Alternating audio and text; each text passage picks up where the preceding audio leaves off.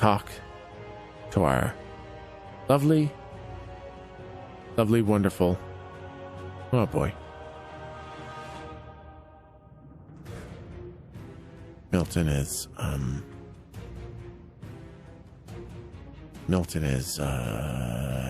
indisposed at the moment. Boy.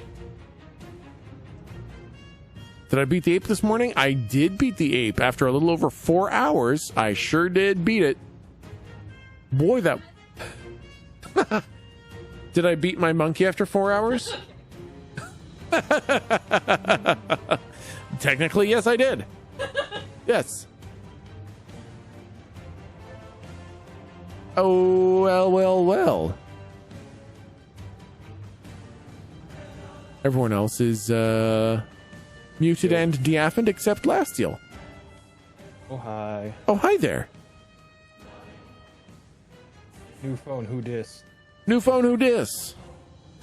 New ink, who dis? God damn it.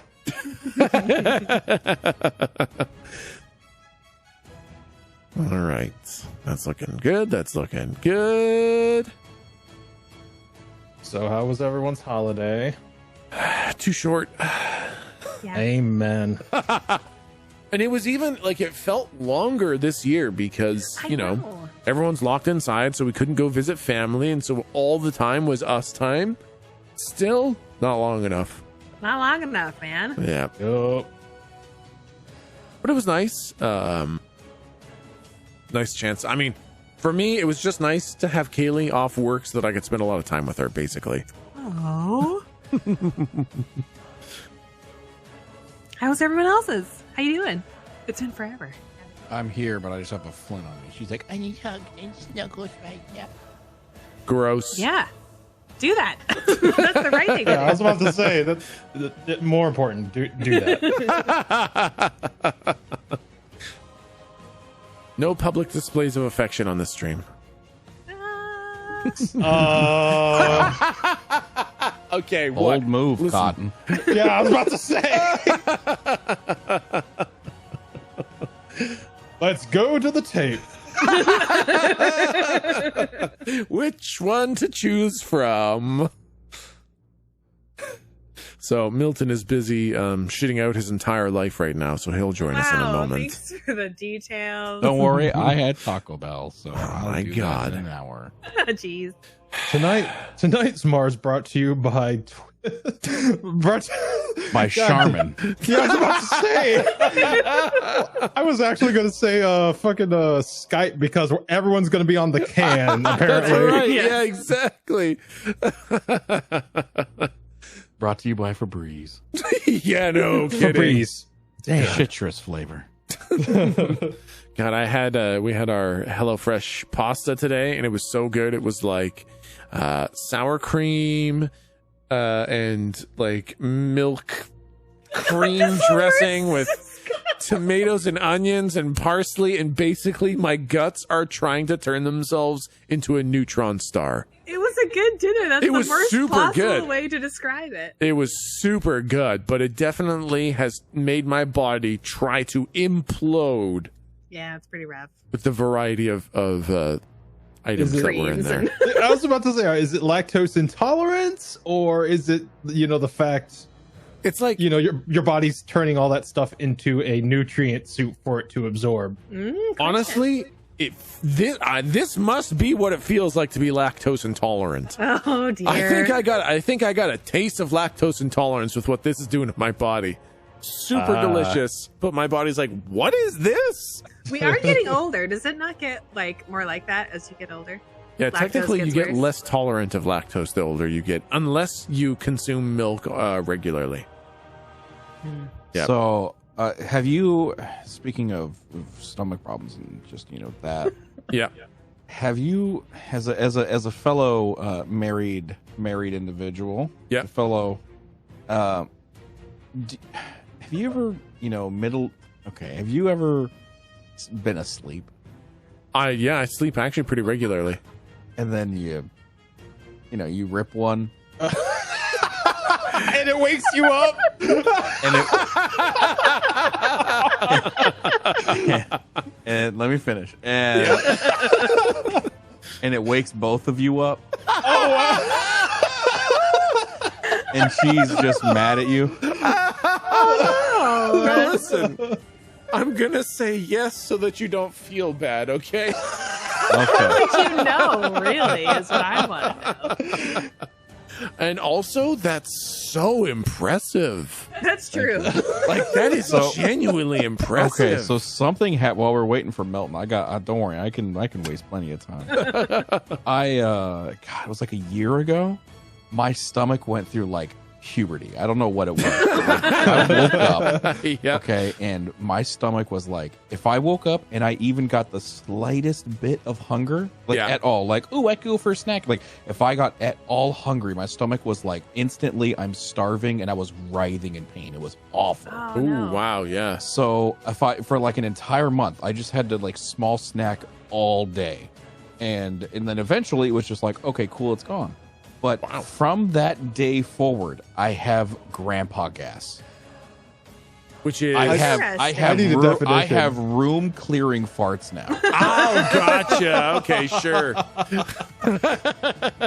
I don't know Wait. what the fuck happened to my gut. Like I had like a foot of intestines that died or something. And Oh, It's called the rotten zone now. yeah. So now like in public, you know, the guys being guys, you know, ha ha ha. You Yeah. know, now I don't do that. Now I'm like, now I need to excuse myself, gentlemen. I'll be right back. You don't want to be here for this. Yeah. Food going through his digestive tract. What's that dark place? You must never go there. Yeah. I got my stomach puberty was that I get gas whenever I get hungry, and it's the dumbest reaction ever for a body. It's like, oh, we're hungry. All right, let's just create a bunch of gas and just shoot it out all over the place. That'll let the world know that we're hungry, right? Oh, awesome. There we go. Great. Sweet. Cool solution, body. I have to know, did this wake up bomb the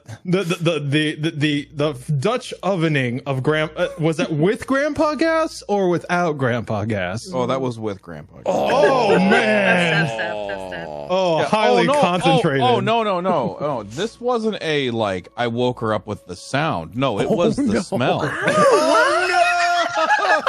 No, did I not make that clear? This that wasn't was like not clear. I vibrated the sound, bed man. so hard. It was the smell. One of those, I guess, we're sleeping in the living room kind of situations. She was trying to kick me out, but I just farted again. The room is it. Like, that's it. My Brandon is God. nothing. It's like you signed up for this. Welcome to your life. Oh my God. All right. Well, on that note, I see that we do now have a slump. What are you doing? Speaking of, God, dude. I don't know. I think it's probably just got to be the holiday eating that's done it to me. Just like eating, just uncontrolled fucking nonsense for the last couple of weeks. Yeah. But I streamed Rust for fucking 7.5 hours today. Yeah. And as I got to like the last 30 minutes, my stomach started going. Oh, no. Oh no. I thought, uh-oh. And then Aaron and I ordered pizza, and the pizza got in front of me, and I ate like 3 pieces. Also, we're on like a 2 or 3 week cannabis cleanse. Okay. And Yeah. just to drop our tolerance to 0. Yeah. And so I was like, oh well, I feel fine. And I had like 3 slices, and my stomach like. And I was like, ooh. again, Charmin, if you wish to sponsor us. Yeah. Seriously, dude. Anyways. Oh my goodness. I love that we do always preface it with like the digestive 15 minutes. You know, you got to really get into how everyone's guts are doing before we start. Exactly. Okay. Just gotta adjust one last audio level, and then basically, guys, we're ready to get going. Are you guys? So you guys remember exactly what happened last time, right? Yeah. Oh, Yeah. yeah. We Totally can just kind of jump in, right? Yeah. Okay, We can perfect. just I attacked for 10 damage. Okay. I think we were about to fight something. I think it was a rat king or something. I think I just Wow. stabbed a kraken. That was That was recently. 2 months ago. Yeah. I'm pretty sure I just stabbed a Kraken, and everyone's like, "What did you do that for?" And I was like, "Because he's right there." Because it's right there. Do you need any more explanation? Glass shark in this campaign. I want that to be a thing. Wait, what? Glass shark. Glass shark? Look up Mabim Bam Glass Shark and Justin's rant, and you will lose your shit. He's hating. Oh my god. Okay, I'm gonna have to watch that later. I've got it pulled up. I'm gonna have to watch that after stream. I can do the accent. I'm just gonna leave it at that. Okay, so then I guess it is time to welcome folks to our tabletop RPG stream called Monsters Ain't Real, where we use the Dungeon World rule set to enjoy some good old-fashioned RPG fun set in a pirates and swashbucklers universe. To anyone new, all the old episodes are up on the YouTubes, and I do mean all of them. I finally caught up and got them all on there.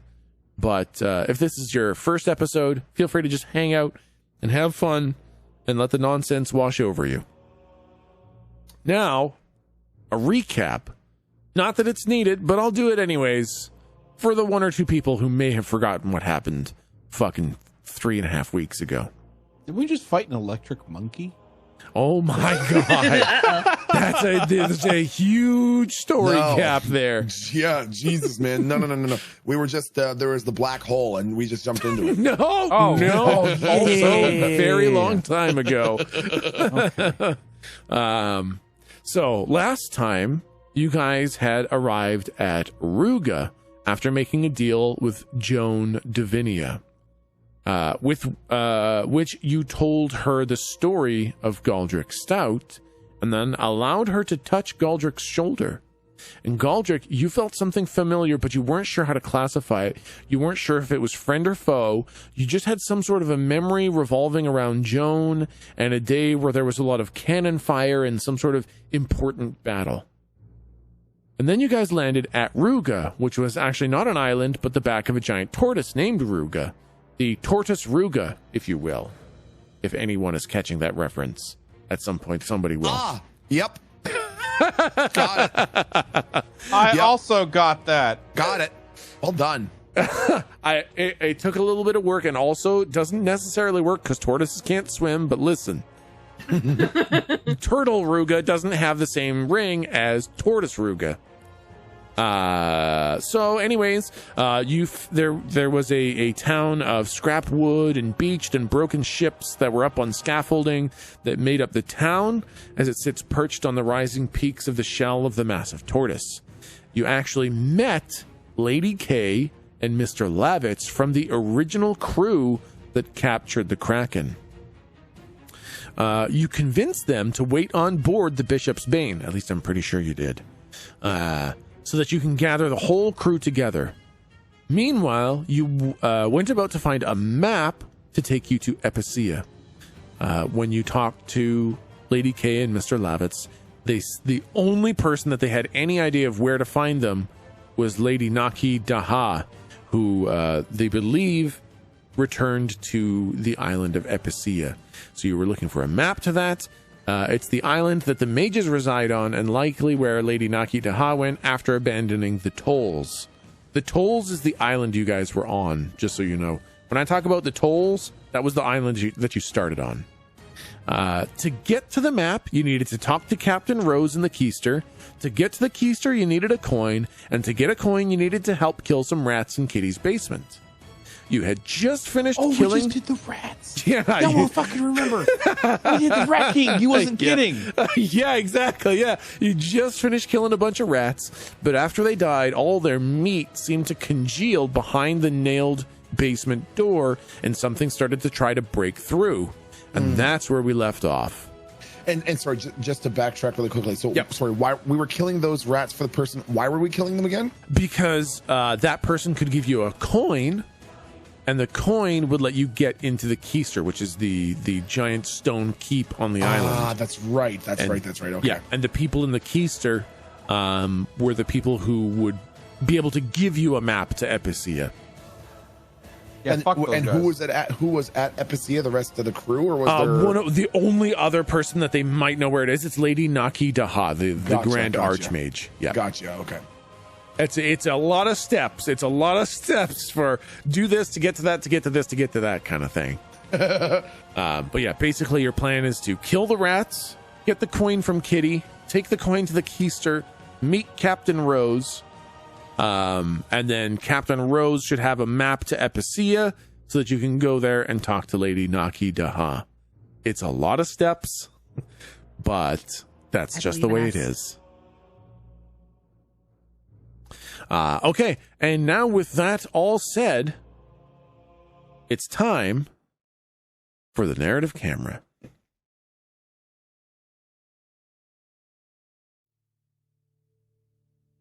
We open on a scene of deep space. It's a spot so far from the stars that all we see are faint specks of light on the left side of our vision. And then something passes in front of those faint specks of light. It's a rock, an asteroid. The bar. The stealth home of Lu 2, Tom, Arinda, and Kirby slowly reveals its profile against the stars in the background. As the bar passes by and the specks of light are revealed again, it looks like there are fewer specks of light than there were before. And we travel forwards towards the asteroid. We pass through it into the bar itself. We see Tom, Kirby, and Arinda discussing something over a few drinks. We pass through the wall into the chamber, the room between the inks, where small divine buildings are infused with the white and green planar keys, and 3 pedestals remain empty. In here, we see a white portal is open in the center of the room. Light is pouring in, illuminating the grim face of Lu 2, who's wearing his Inkavision goggles and peering through the portal at a most horrific sight. Destruction on a scale that cannot be fathomed. It is so wanton, so immediate, and so complete that it is hard to imagine. The portal flicks like a channel changer, witnessing horror after horror. Through the portal, we see a city.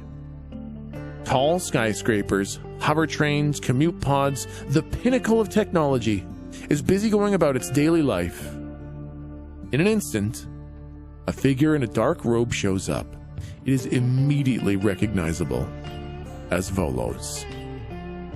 He raises his hands, and the buildings melt like candle wax. The people vaporize like dust all around him.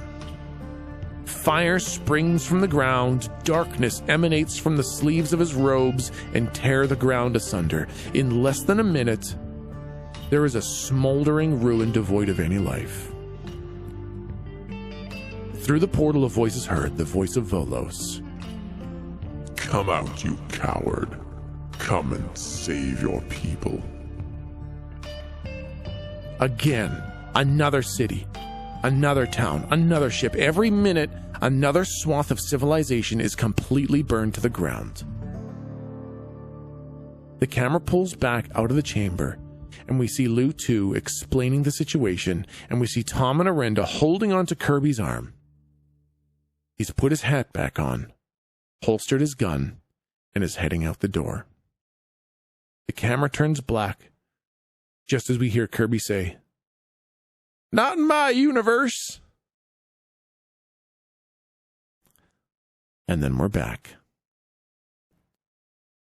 I'm just going to throw this out there. All right. I know that we're like, the main characters and stuff, but if you don't make Kirby the ultimate hero, I'm never talking to you again. It's gotta be. I will find you. I need an awakening moment for him.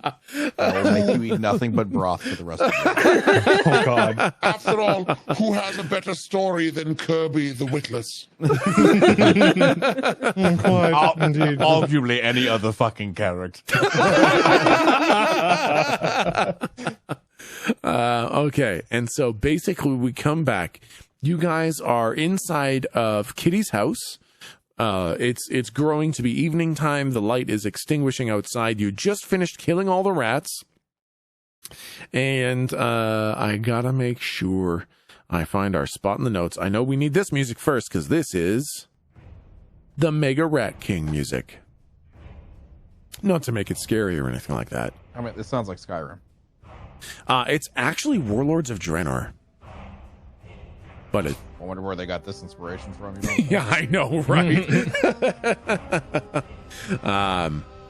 Okay, so you guys are at the door. You used glue and fire to annihilate all the rats that were down there. That was a good idea. That was a really good idea. That was a good idea. Fuck you. Thanks, man. Fuck you. Yeah, and so after you killed them all, and there's only like a little hole in the door, so you can only just barely see in there. All the meat congealed into some horrific creature, which is now banging on the door and trying to get out. So you guys are technically still in combat, and I still have the combat order. It was definitely Lou, Galdric, Slump, Locke, and I definitely didn't just make that up out of nothing. Totally, definitely. Looked kind of like you were just looking at the list of character portraits on Roll20. No way, man. No way. Yeah, that pretty much goes left or right there. Wait a minute. What a coincidence. Anyways, that's definitely the combat order. What would you, Lou? It's your turn. What would you like to do? There's a giant, nasty meat monster trying to bust down the door. Lou looks at the door for a moment and then turns to the party and says, well, we killed all the rats. I think we're good. I mean, we could probably just go. Technically you're not wrong. Slump doesn't think that qualifies as a rat anymore.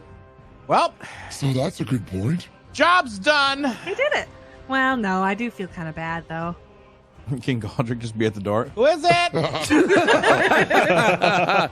Through the door, you just hear. I think that means come back later. Yeah, negotiations might not be on the table. Okay, let's see. Okay, so it's a rat king. I mean, to be fair, you don't actually know that necessarily. That's true. I hear a larger. Oh yeah. Okay. How? You just hear. Okay.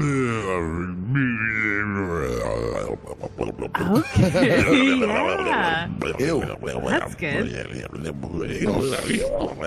What the fuck is it doing in there? Is it cracking? I don't know, but I What like is it. doing? I don't know, but I want to be a part of it. I would like to use my. I just want to talk to it. Okay, yeah, go ahead. Can you hear? Can you hear us? We're just. Do you speak? Anyone speak that? I don't really understand. Slump does. Stand back. He'll handle Okay. this. All right.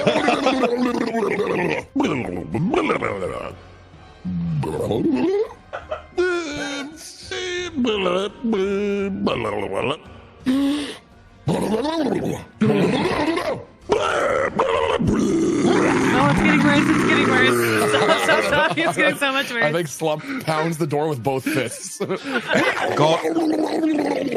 Galdric leaves the campaign. Yeah, no, you just hear like frantic pounding and just fucking maddened gibbering. I think Slump turns around and goes, Slump might have made it worse. Slump might have made it worse. Hard to say right now, but might have made it considerably worse. Good. Then does that's can I still do an action? Yep. Let's try. I'm just gonna try and cast a magic weapon, so I just have it available. Yeah. So that's to cast a spell. It's been a while since we did things. You mean you don't just have That's all the wisdom. memorized, the rules of this brand new system completely memorized after taking 3 weeks off? Wow. How dude. dare Wow. I? Imposter. This is me trying to make a magic weapon. 11. Ooh, that's gotta Ooh, succeed, nice. right? I think that's just a straight up. Like, yeah, you cast it and Good you to keep go. the spell. Yeah. Oh, yeah, that's right. 10 Yeah. plus. Yep. Is cast and my deity doesn't revoke a spell or give Nice. it bad things. Now, the tricky thing is, it's, I don't know. So I'm just going to make it a cattle prod, if I could. Okay, yeah, absolutely. Kind of a long thing with a taser on the end. So more for subduing and, like, directing than for hurting too badly. Okay, you don't want it to do much damage? Well, no, I guess I don't know that I can control its damage, tell you the truth. I think it just says. Okay, that makes sense. Okay, that's what her head is saying, though. Yeah, sure. Okay. Okay, you have this magical cattle prod. I'm ready. I stand at the ready. Okay, Galdric, it's your turn. I get more glue. Okay, so it's pounding on the door. We're okay. So just looking at the rest of the party, we're just kind of assuming and waiting for this thing to bust down the door, and then we're doing this. Maybe if are we able to open it, or is it totally shuttered? I mean, you could rip it open. Is it okay? Is it going to be open? Like, is this like the hinges are coming loose? It's big enough to break down the door's not containing door? this for very long. Gotcha. Okay. Yeah. All You right. basically all have a round to get ready for something, and then the fight's going to come to you. God, okay. Okay, I'm all right with that. Okay, so in that case, what I'm going to do is I'm going to pull out my flintlock. Okay. Mm-hmm. I'm going to cock it. I'm going to aim it right at the door, and then I Yep. realize I'm in a bad position, and I'm going to hide behind Slump and aim like between his legs at the door. Okay, perfect. Yep. All right, you're ready. Slump, it's your turn. I'm going to say that. So I'm going to wait around to describe what this is. But all you see is Slump like closes his eyes and sort of looks up a little bit and reaches his hands behind him like he's like stretching for some sort of Napa maneuver. Yeah, sure. And then I'll wait to describe what it is until the next round. But this was just like a preparatory round. He's putting all of his focus into what he's about to do. Sure. I'll let you roll at advantage then. Okay. Since you're just like getting ready to do the thing. Exactly. Locke? I want to ready a spell Ooh. with the tag forceful. Ooh, okay. Now the tag definitely does matter. So if it breaches the door, Yeah. I want to cast and use the spell to hopefully knock it back down the stairs to give some breathing room for the party to charge in. Yeah. Okay. Yep, that's no problem. Now, would you like to roll for the spell now and then just have it work when it happens, or do you want to roll when the thing comes out? I think I want to roll when it comes up, just for the hilarity that may ensue. Totally agree. I'm totally on board. Okay. Then everyone is kind of ready to go. I'll basically, Lou's the only one who like used an action. Everyone else is going to get to roll at advantage because they just kind of prepped and got ready. Yeah. Well, at least you have something to hit with now. Totally kidding. Okay. Then definitely this disgusting thing busts down the door. The door just kind of like the top half kind of crushes down as these disgusting claws that are basically shards of rat bones held together with cartilage and blood kind of start tearing the door down. And then its head comes through, but it's kind of more like a walking slug than anything else. Ew. It's just like an oozing, disgusting meat slug with claws as it rips down the door, and you guys are now fully engaged. I think, Locke, your spell was very much triggered like at the moment this thing comes through, so we'll let you take your spell. Alrighty. Oh boy, I really hope this works. Yeah. Okay, is it I forgot how this works. I think Did it's I roll the 2d6, D8? All right. 2d6 plus intelligence, I think, to see. I mean, it's Dex. Okay. Oh, it's plus dex. Okay, cool. Burning brand. All right. Okay, yeah. What happens with a mixed success? I'm gonna have to pull up your character sheet. Some of these spells are It just says, let's see here, on a 7-9. Oh no, that's the con roll. I don't know. I really don't know. Yeah. Immolator, here we go. What happened? So you're casting Burning Brand, right? Yeah. It's not working. You got this. You got this. You got this game. Computer, you got this. There we go. Burning Brand.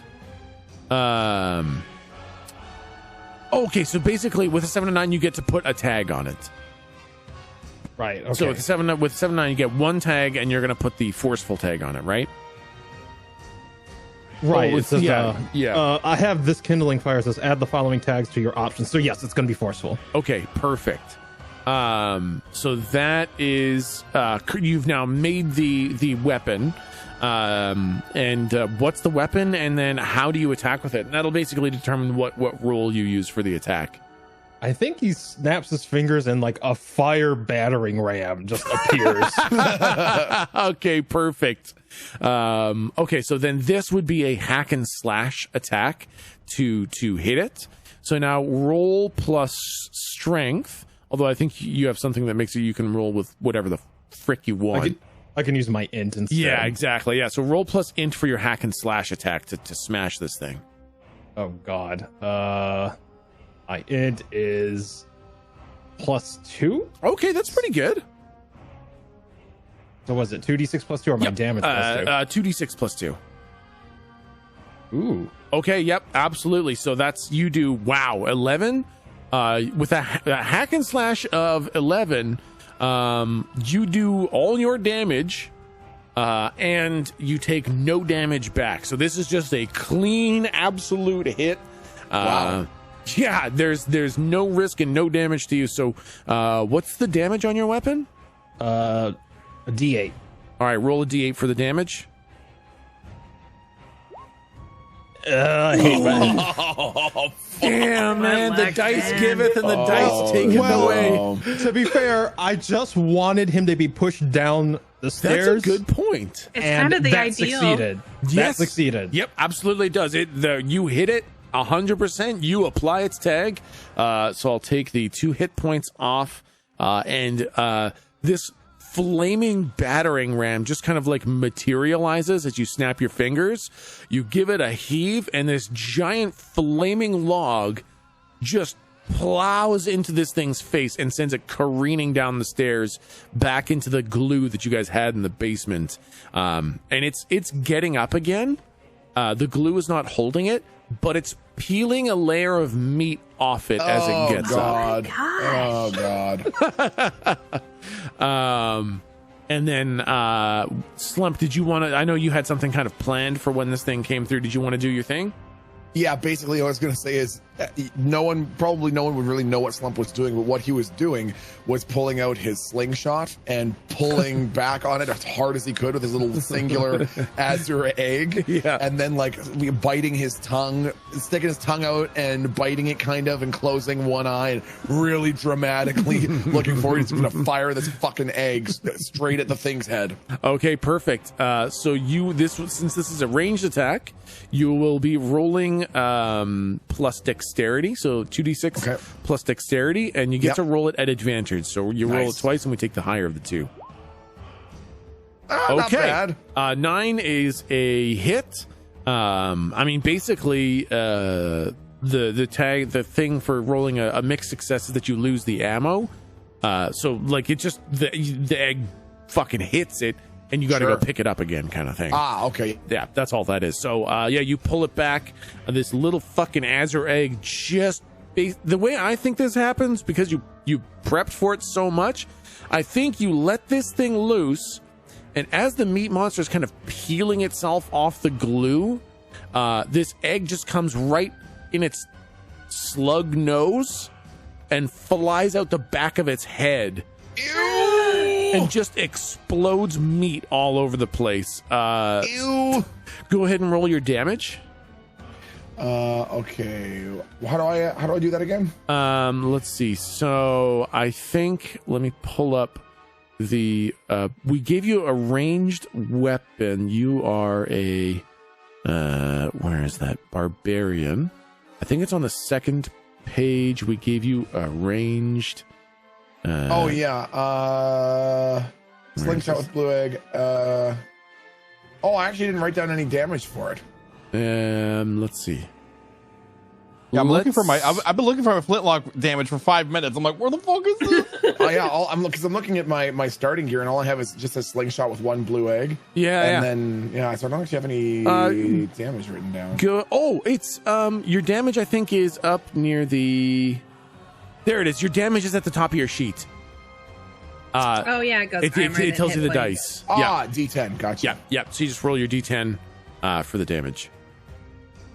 Hey, not bad. Hey, pretty fucking good. I'd take that. So with a 6, absolutely what I just described is what happens, except that it explodes a lot of meat out the back. I'll say.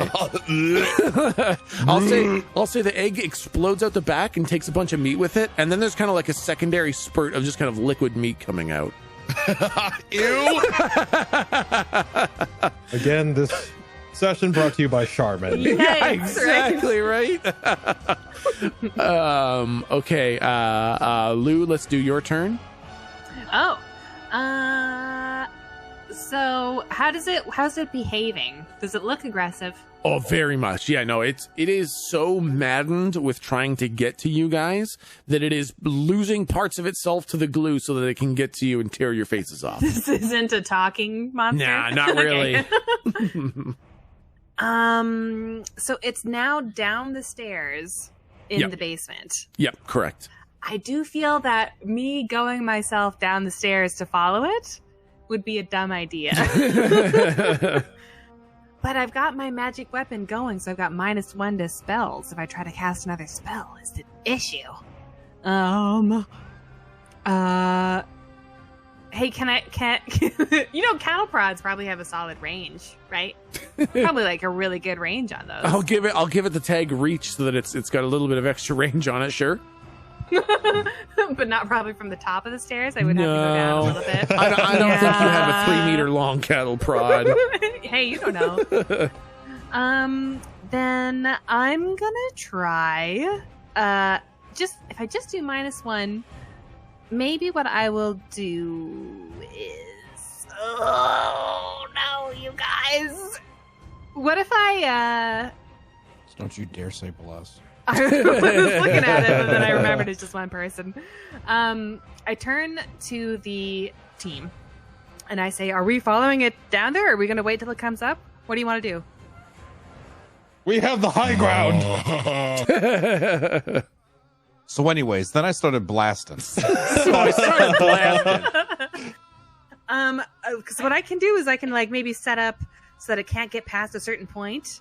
If you guys want, if you want me to get it to, No, what do you mean? No, what do you mean? Well, I have this cattle prod, so it's got, some range on it, so maybe it can't come and actually punch us in the face if it gets, too high up the stairs. So did you want it to only get to a certain spot where you can still hit it? I hold up my gun. Yeah, that's got a good range. Yeah. That's good. I'm glad you have that. That's good. Not as good as my cattle prod, but it's a decent. It's okay. Exactly. Kind of, I kind of I look at Slump. You're the one that's probably gonna have to get real close to this. What do you think? Slump's no fucking way. Slump's going down there. Yeah, I don't like basements. Slump is staying right the fuck here. Slump agreed to kill some fucking rats, not that. Well, it's not that much bigger. It's quite a bit bigger. It's a little bit bigger, but it's not like that much bigger. It's not that much bigger. Slump is going to stand up here. If anyone's feeling brave, go ahead. I start crawling up on Slump's shoulder. Don't worry, I'm with you. How many sweet cakes did you eat at the holidays? I have another sweet cake in my mouth.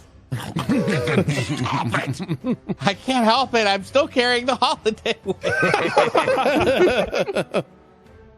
I gained so much over the holiday. That's what we do, man. That's what we do, man. Toss a cake to your captain. Oh, captain, my captain. Okay, well, it's up to you, Lou. It doesn't matter to me. Okay. Well, are all the rats actually gone? Do we know that? Okay, so that's clear.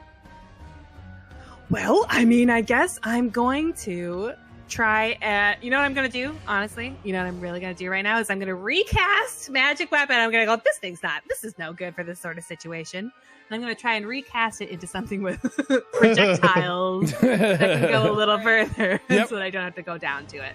Yep, perfect. Okay, so I'm going to try and recast. Oh, I think that's also a -1. No, because I dropped the spell. So yeah, so that does not work. Let's take a look at what happens if I fail. Oh. Do you know what it is? Because it's on a 7 to 9, I know these things. So is it on a total fail, is it just that it doesn't work, but there's no other repercussions? Do you know? Let me take a real quick look here. That's not there. That's not there. It doesn't say anything on here. I'll pull up your character sheet. I'm seeing it says you know, on a 10 plus there's this, on a 7 to 9 there's this, and then that's it. I feel like we've talked about this in the past. Sorry. That's so interesting. Now, why would it not say? I think probably on a fail, it's just you just lose the spell. Like you can't cast it again. Like, you know, when you do a 7 to 9, the spell is lost. Well, on the 7 to 9, I have a choice of 3 negatives. I can draw unwelcome attention, or I take gotcha. -1 ongoing, or it's revoked. Yeah. Okay. we can do that. On a miss, it's just lost. Okay, Yeah. that sounds good. I should write that down. Okay, excellent. Yeah, Thank and I'll you. look up the rules for that another time. That's weird that it doesn't say there. But I do get an experience, so. You do get an I experience, but you did also lose your cattle prod. Yes, that's Yeah. true. Okay, Galdric, what would you like to do? Is it with an ice shot? Definitely. I start blasting. Okay, that's pretty much what I figured. Go ahead and roll plus dexterity for the shoot, to do a shoot.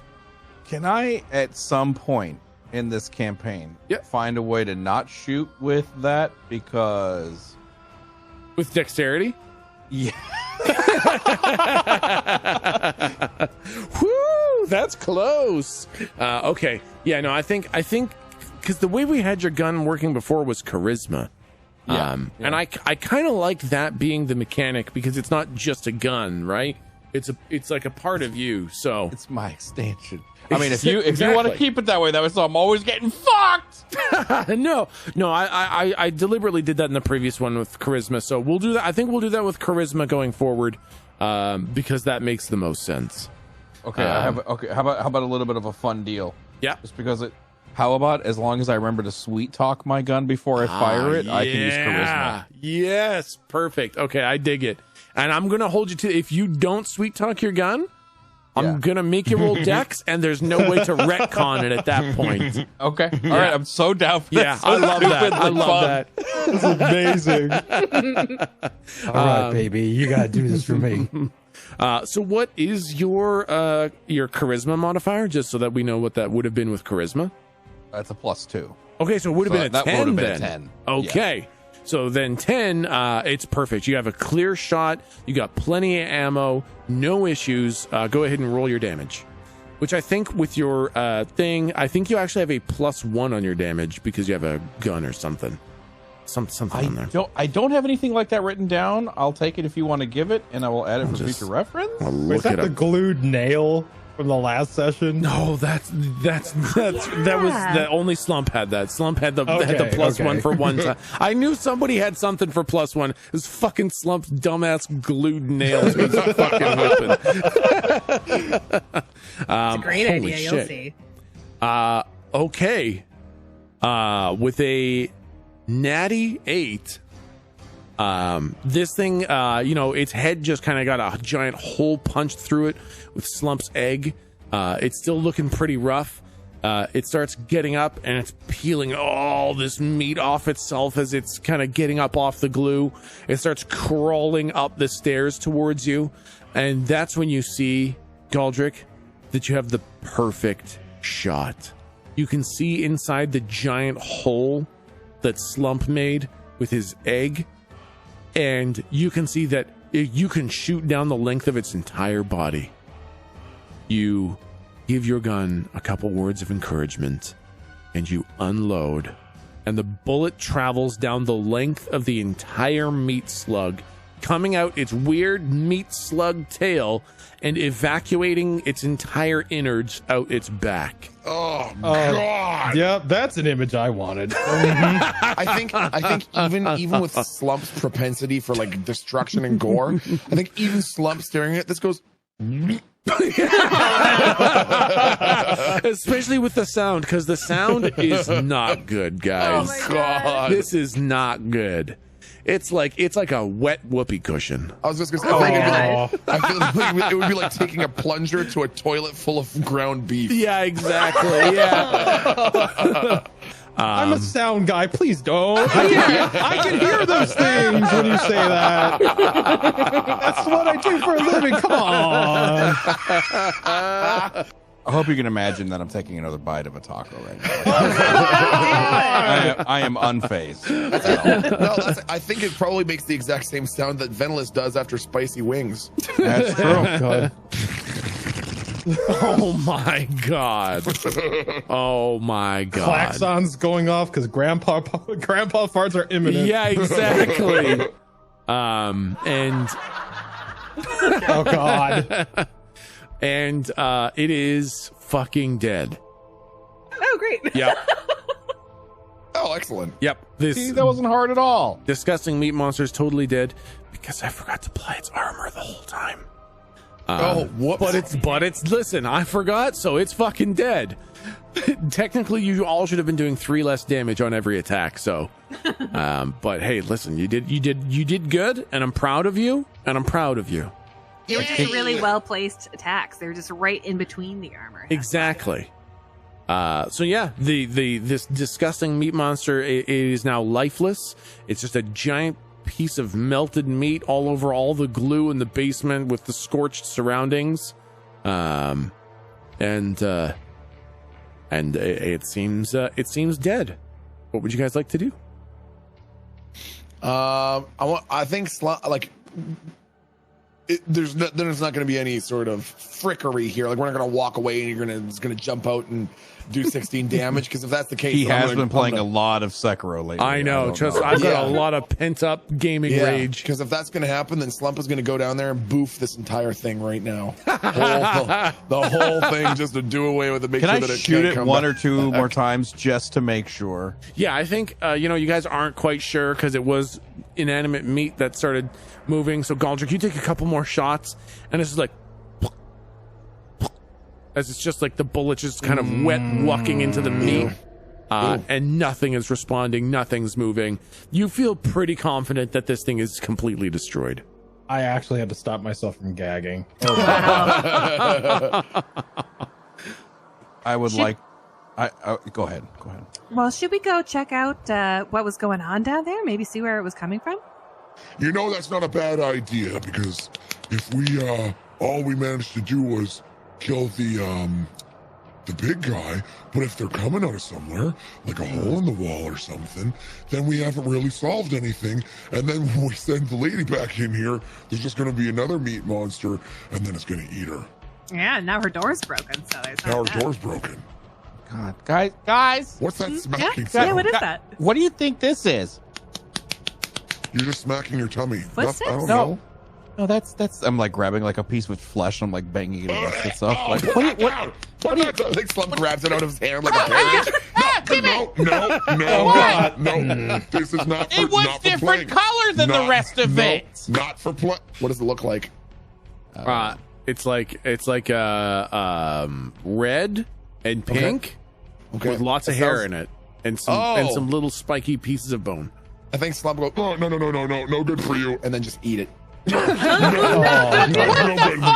It's no good for you. Now he's Oh, gonna slap your tummy. Yeah, he's gonna open it. It's gonna come out through his tummy. Yep, like alien.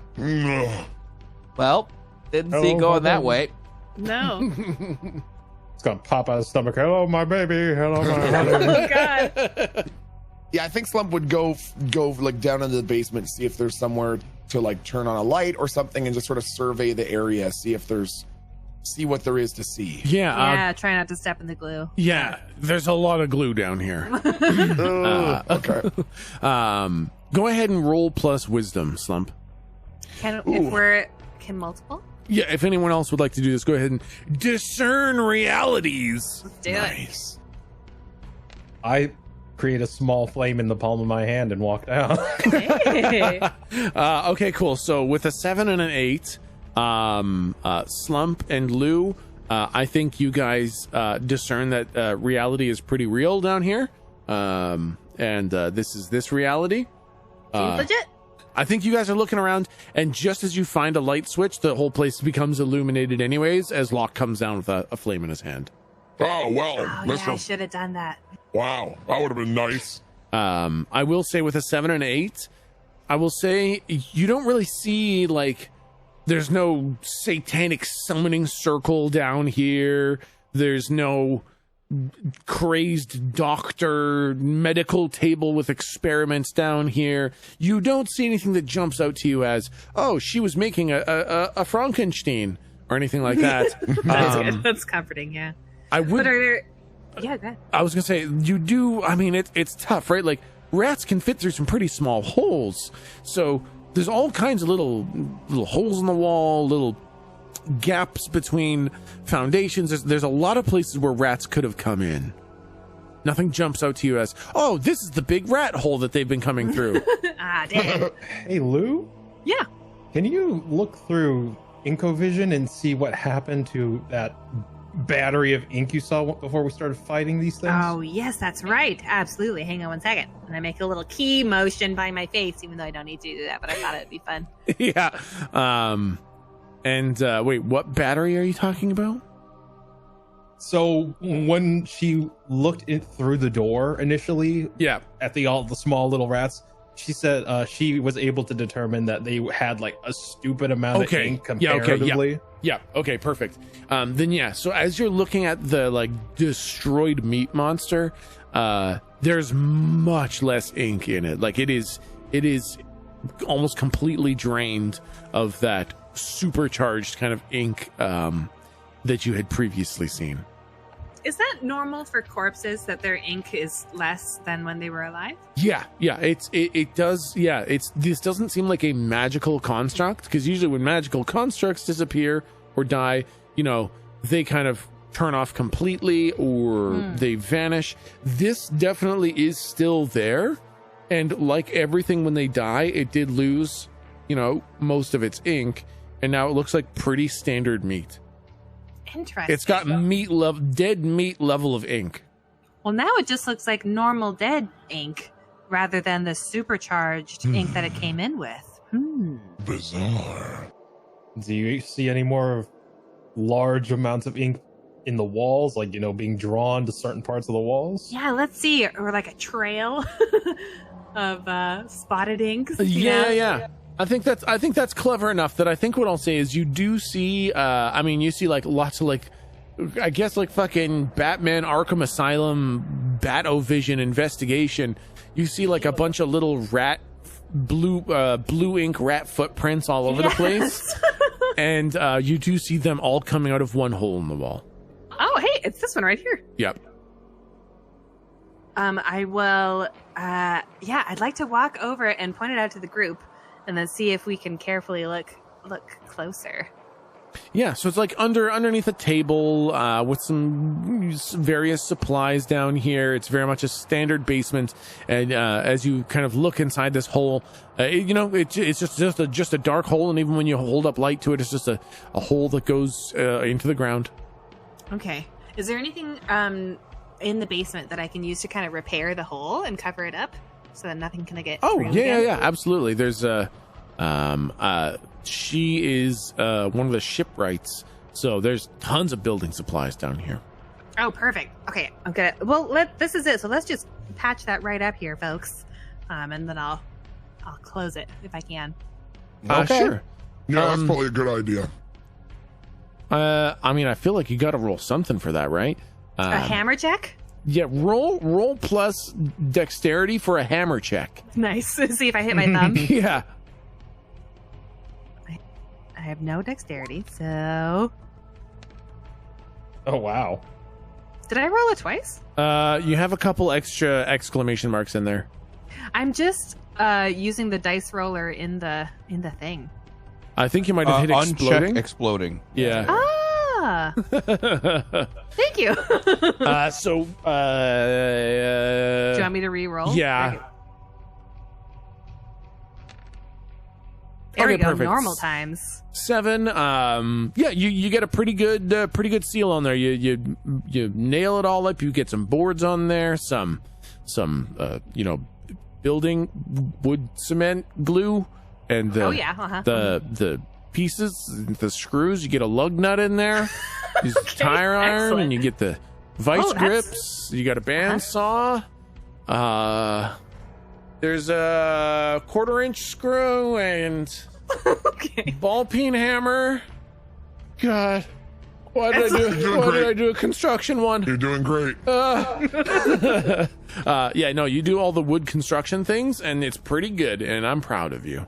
Thank you. Yeah, no, it's sealed up pretty good. You feel pretty solid that if they had trouble getting through the door, they will not be able to get through this. Half an hour later, after trying out every tool on it just to make sure it's as secure as possible, ball peen, hammer, etc.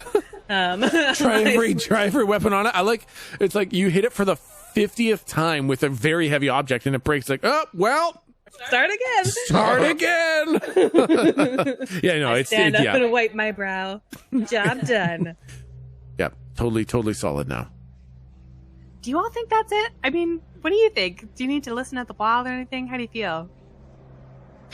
No, Slump wants to get the fuck out of here. Oh, okay. That's how Slump feels. This is done enough. And if the lady's not happy with it, fuck her. Slump will just smash her head in and take the coin off her corpse. Oh, I don't know that we need to. Slump Okay, will though. do it. Slump is an open offer. Well, she was saying she might show up at an opportune time, so Yeah. maybe we should just head upstairs and check outside. I was just gonna say, as you guys start to head upstairs, you hear the front door close, and I don't remember what her voice is, so she's just like, "Hello." I'm pretty sure she was. Ooh-la! I'm pretty sure she was Irish, wasn't she? There's no way she was Irish. I thought she was Scottish. She was Australian. I was bold enough to do Irish one time. I'm pretty sure she was Irish, guys. Wasn't she Irish? Yeah, Scottish Irish. Scottish Irish, yeah. Oh, Yeah, Scottish Irish. You fluctuated between the two because I made a joke about it. All right. Oh. Have you fixed she the rat is. problem? Have you There fixed she me is. rat problem in me basement? Maybe she wasn't Scottish and Irish. Yeah. Hi. Well, It hello was all there. Oh, Galdric? hello there. Yeah, we fixed it right up for you. That's great. It's not great for you to be doing a Scottish accent when I'm trying to do an Irish one. It really I kind of don't know makes the whole exactly what accent you- really hard to do. It's a I weird don't know conversation. exactly what you're This talking is a about, strange but it's all conversation right now. it's all fixed up down there. All right, that's great. Now, here's the coin. Bye-bye now. See you later. Oh. Not talking anymore. talk. No, that's all right. We don't want to talk anymore. come back. I You're think so we're all done interesting. now. So tell me a little bit about yourself, like where exactly you're from. Around here. Bye.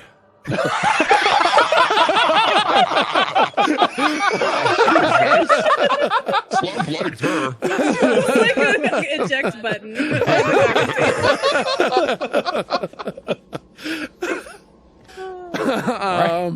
It was like Mrs. Doubtfire, and then it went a whole other. Like, I need a map to find out where it went. You know? Oh, hello, dear. Yeah, no, she's like, you guys deal with the rat problem in the basement? Yep, all sorted. There's a lot of glue down there on the floor right now, so please be careful. Also, meat. There's a lot of meat. Hey, actually, it was started as a rat problem, became a sort of big slug man problem. Have you heard of that? Nope, that's really weird. Well, come look at this thing. It's crazy. I open the door. Oh my! Oh God! Oh, wow. Okay. Yeah, and it comes with a lot of these. Oh God! Don't. Okay. So wait, what did you do to make it do that? We killed all the rats. Mm-hmm. And then it was that? And then it was that. That was its second form. Are there any more of them? Hope. Not that we saw. We cleared it out. She patched a hole. What did you do to kill it? Well, I held up my flintlock. Okay, you just shot it? Bang. Bang! Oh, Bang, bang. Bang, bang! okay. He used a slingshot. Oh God! All right, and that took care of it. I kick it. All right. More or less. yeah, Wow. seems to have. All right. Well, I guess. Honestly, it seems like it's a bit easier to handle than the army of rats that I had, but Well, it looks like that, but it's not because we're the ones that took care of it. You're I a big guess fucking baby. Good point. Oh, well. Okay. Yeah. I know that Yeah, that's Big he's fucking just baby. figuratively. Yeah. I mean, it's not like it's wearing armor. It does look like it was easier for you to destroy than maybe it should have been. It's kind of weird how I can tell that from the way you killed it. Yeah. Yeah. It's Well, I mean, a deal is a deal. You dealt with it. I hope there's no more. Do you have any more suggestions for? what? Don't worry about it. He gets like this when he's hungry. Do you have the coin? No, for Yeah. etiquette, for going yeah. into the keister. Anything else we should know? Oh, Do's yeah. and don'ts. That's a good one. Don't be violent or break any rules in there. They have an immediate punishment by death on site for rule breaks inside the keister. Oh, do they boy. have like a poster of all the rules? Oh, Or are you supposed they to- read all the rules before you go in there. You'll be advised. But I can't stress enough how much they literally have gunned down pirates inside the front door for an offhanded comment or for throwing a chair. Breaking rules in there is immediately punishable by death, and they make an example of you. So just kind of do what they say, and you'll be totally fine in there. Okay, so out of character, it's been a great campaign.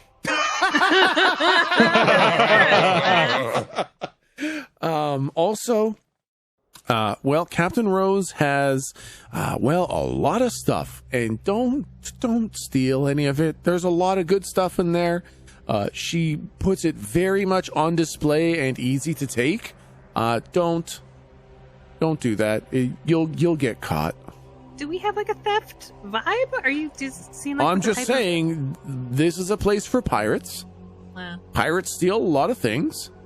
And when there's a floor covered in 40,000 gold coins, it's easy to figure that you can just pick one up and take it and be, no harm, no foul. But she will absolutely execute you. When she says a bunch of gold coins, Yeah. I'm immediately thinking about. I'm saying this is internal monologue, but I'm immediately thinking about whether there's a Prime Ink coin there. I'm gonna keep an eye out for sure. Do you have like any bells? Like, cat bells? Do I have any bells? Yeah, cat bells. Cat bells. I've got. Yeah, I'm gonna tie them to ding, your ding, fucking. ding. Yeah, I'm gonna tie them to your wrists. I've got a couple bells. We put them, dinner bells for when we're building ships and stuff like that. They're a little bit bigger than a cat bell, but Will they fit on his wrists? I think so. He's got some pretty big wrists. They're about as thick as my neck. I'm genuinely considering putting things on Slump's wrists because I know he's trying to steal some shit. And I want to hear like ding, ding, ding, ding, ding when he's like, You walk into the room with all the gold coins. Ding, ding, ding, ding. Hey! Stop it. I can give you a couple extra bells. You obviously did more than I was planning when you killed both the rats and the giant meat slug thing that's down there. Yeah, that thing was disgusting. Yeah, It's that really yucky. I hate that. Okay, no, here's a couple bells. If I find another one of these, any chance I could get you to come back and kill it too? Yeah, totally. Just hit us up for sure. Yeah, we'd love to do that. Definitely gonna do that. Sounds great. It's weird. The tone you're taking doesn't match the words you're saying. No, we're saying no. We're of course saying that we would come back here and take care of it. Yeah, we're really excited to be able to help you with another one of those. Anytime you have a problem, you just come straight here. Yeah, don't mind his tone. He's worked in customer service. That's all. Oh, I know how that goes. No, that makes sense. Your rats are very important to don't us. worry. We'll be right Don't worry. We'll take care of that for you, Your Majesty. Is there anything else? Is there anything else I can do for you? How else can I make sure that your experience is perfect? Your rats will be handled in the order in which they were received. Okay, well, yeah, no, this is the coin, and I'll just give it a little bite here, and they'll know it came from me. And she kind of pulls out a gold coin. She bites it with her teeth. She's like, there you go. They'll know that one's from me, so this should get you inside the keister. Are there tooth marks in the teeth in the coin now? Yeah. Wow, just strong jaw. Well, it's the only way I have of doing this, so I had to learn. How does your mouth feel? Really bad. Well, it felt bad for a long time. Now it doesn't feel anything at all. Oh, God. Yep. Oh, that's sad. Lost all the feeling in my mouth. Hey, maybe tell the town or just people about this crazy thing happening in your basement. People should maybe be on the lookout. Well, the thing is yes, they should be on the lookout, but also it's kind of really, weird, and I don't want to be accused of witchcraft or... Oh, are they against that here? Well, I mean, if they think I'm summoning giant meat monsters that kill people, it's probably not going to be a great look for me. It's frowned upon, yeah. Yeah, that's fair, really. So, on the one hand, yes, I should warn them, but on the other hand, I don't want them to think that I'm the reason. So maybe I just won't tell anyone. Yeah, that's tough, though. I mean, I can tell you that I saw the rats were coming in through a hole in the wall. So maybe, what's this way? And I point to where the hole led. Ocean. Oh. Yeah. Oh, I bet you that's where the Kraken... Oh, I bet you the Kraken's sleeping. Did the Kraken send that? Probably. The Kraken hasn't been around for 100 years, so I don't think the Kraken's doing anything. I just stabbed it last week. Yeah, we really just came from there. Okay, stabbing the Kraken, very funny, ha ha, and she makes a jerk-off motion. Got it. I just got so triggered.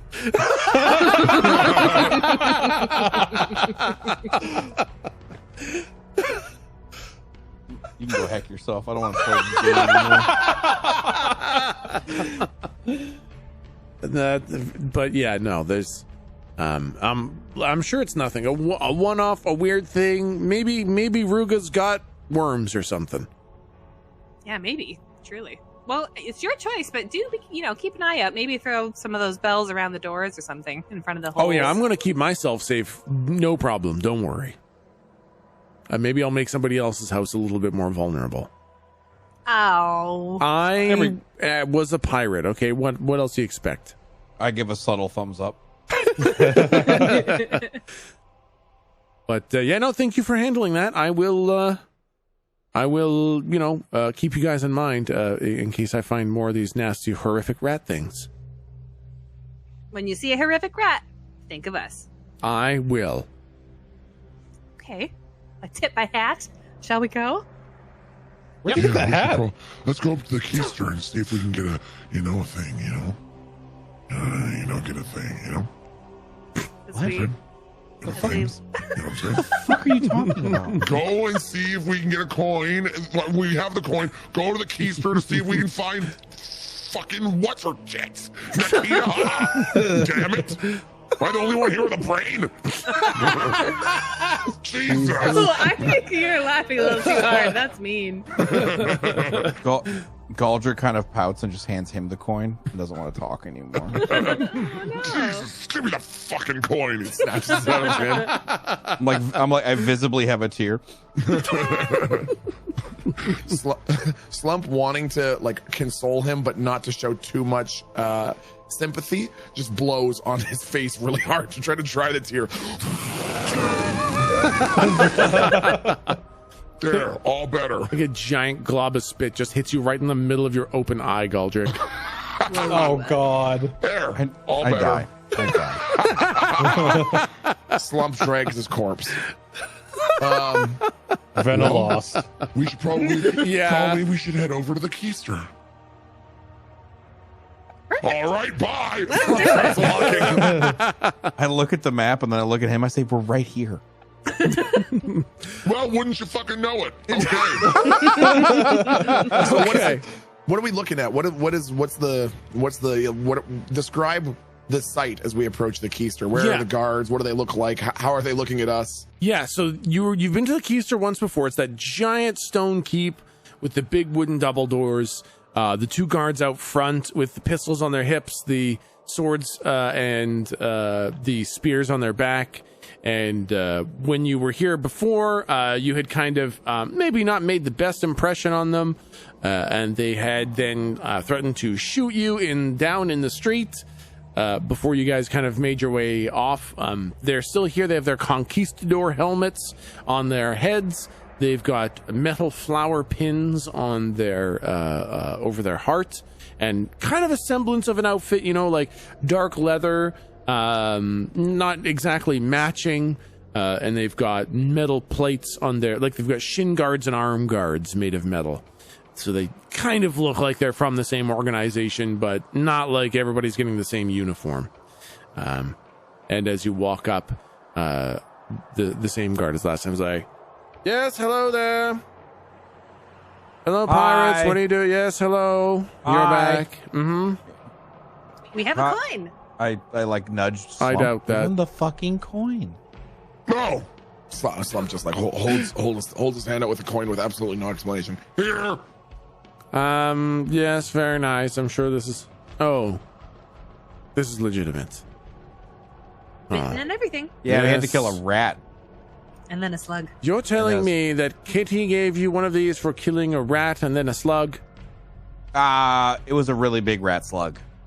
All right, well, we're going to have a talk with her because the standards for getting in here are significantly higher than killing a rat and a slug. No. It was a rat slug. It was about as big as you are. Infestation. Infestation. I'm sorry, did you say there was a rat slug as big as I am? Yeah. She had a problem and she didn't want to deal with it, so we dealt with it, and So she we was dealt grateful with and it. gave us a coin. She paid us with paid us with a single fucking coin. What kind of And job is that, huh? And that's why we're telling you this now. And it Locke's like, What?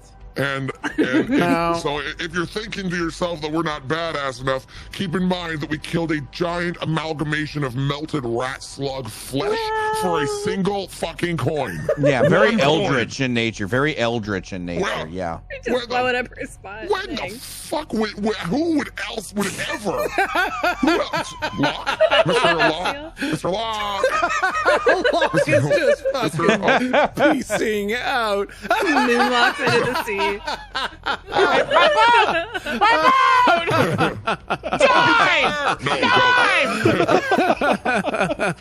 I can't click my icon anymore. Oh no. Here, I think it's under one of the dudes. Under one of the dudes, maybe. There it is. There we go. Sorry. No problem. I don't know why they're below the stupid thing, anyways. So I think at this point, the guard who's talking to you kind of looks at you very interestedly. He says, "Now that's very interesting. Why did she get you to kill it exactly?" Can we go inside now? Absolutely. I've just got a couple questions, then a couple disclaimers and all that. Now, do you feel that if there had been less of you, perhaps, or you had been slightly less capable, do you think perhaps you would have died? No. Okay, can Slump? No, hold on, no. Wait, I want to pick apart the fucking stupidity of that question. Okay. You said, do you think if we had been less capable, would we have been killed? Well, fucking obviously. Ask them about if you were less good, do you think you would have done less good? Yeah, of course. Very interesting. How well do you know Miss Kitty? We're practically best friends. Oh. Yep. Is that so? So she was well aware of your capability before you went in there. Well, I mean, you just look at it, right? Yeah. Now, Hey. did she warn you? What did she warn you about before you went in there? Oh, she just said they were rats. Yeah, an infestation. Yeah, and there was a bunch of rats. And you went into her house? Is this necessary? I'm very confused. This seems Yeah. like an interrogation. Oh no, this is all private. all very standard, very standard. I've got these literally written down on a questionnaire. That's I've just Hey, can we see that? I left Can I see it. that I left it questionnaire? inside. You left this. Do you have, I kind of want to discern if he's telling the truth or not. Yeah, I was it's gonna say- absolutely false. It's you can all Doesn't tell. have a clipboard. 100% not a true statement. But I'm just wondering if when you were in there, what could you describe to me? Maybe some of the things that you saw when you were in there. Hey, now I don't think. Listen, we have something that a looked like official bomb-making coin supplies here, and I think we listen to A map of the garrison. That was strange. I think you should do your job and let us in. You are clearly very important. We don't want to waste your time, and so I think we should just go ahead and get the job done. All right. Well, we'll have a little talk with your very best friend in the whole world, Kitty. I'm sure the stories will all line up absolutely perfectly, and there's nothing amiss here. Now, okay. before I let you into the keister, I've got this small list of, things to say. So, he kind of reaches into his back pocket and pulls out a scroll, unfurls it. This is to be read before entering into the keister. Any and all unlawful deeds will be punished immediately with death beyond this point. By entering the keister, you agree that you are not an active member of the Yo-Ho Boys, nor have any affiliation with Big Boss Louie.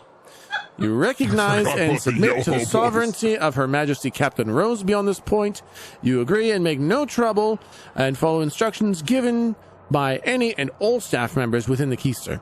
If a situation arises, you will all be instructed on how to proceed, and the guards have rights to use any and all force necessary to ensure the safety of the members of staff. Do you agree to this? I blacked out after Yo-Ho Boys, but I think I mean, I have a couple questions. Yes. You said I have to obey any and all orders? That's correct. What if you order me to kill my friend? Then you're going to have to kill your friend. What if they order us to kill the queen? Then I guess you're going to have to kill the queen, but you're probably going to have to find out who that is first. Oh, okay. This just seems So like there might be a queen of somewhere around. What here. if I mean, if there happens to be a queen in there and they say kill. kill the queen, then I guess you're just going to have to do what it. if Captain Rose orders us to kill you? Well, then I guess it's been a nice time being around, and I'm sure Captain Rose has a good reason for it. Okay, wow. so. To confirm, it's only Captain Rose who we have to obey. Any in staff. absolutely everything. Any staff at all. If any staff in there give you any instruction, you must follow it immediately. Failure to do so will result in what do we call it? It's like physical coercion. Yes, physical coercion. You'll be Physical subject to compliance measures. physical compliance measures. That's it. Oh, write that one down. Physical compliance measures. Yes. All right. Good. Yes. So basically, just do what they say in there, or you'll get shot and dead. Seems pretty straightforward. It It's really pretty is. straightforward. It's very simple. Just do whatever they say in there, and no trouble. It's a very lethal version of the cha-cha. Got it. Pretty much, exactly. Okay, this is fucking weird. Okay, sure. I mean, I look at the GM directly, the fourth wall, and I'm like, you're setting me up. There's no setup. Just do exactly what you're told at all times. No question. What the Exactly. fuck? I don't understand. No setup. Just you can't make any choices other than exactly what I tell you to do. What do you mean? I would never abuse that. I'm gonna go make some coin at the blacksmith. You guys have fun with that. We need you, Doko. I know exactly. I'm pulling up my character sheet right now. I'm gonna min-max the fuck out of this guy. All right. I think Slump would head inside. I'll get up on Slump's shoulders.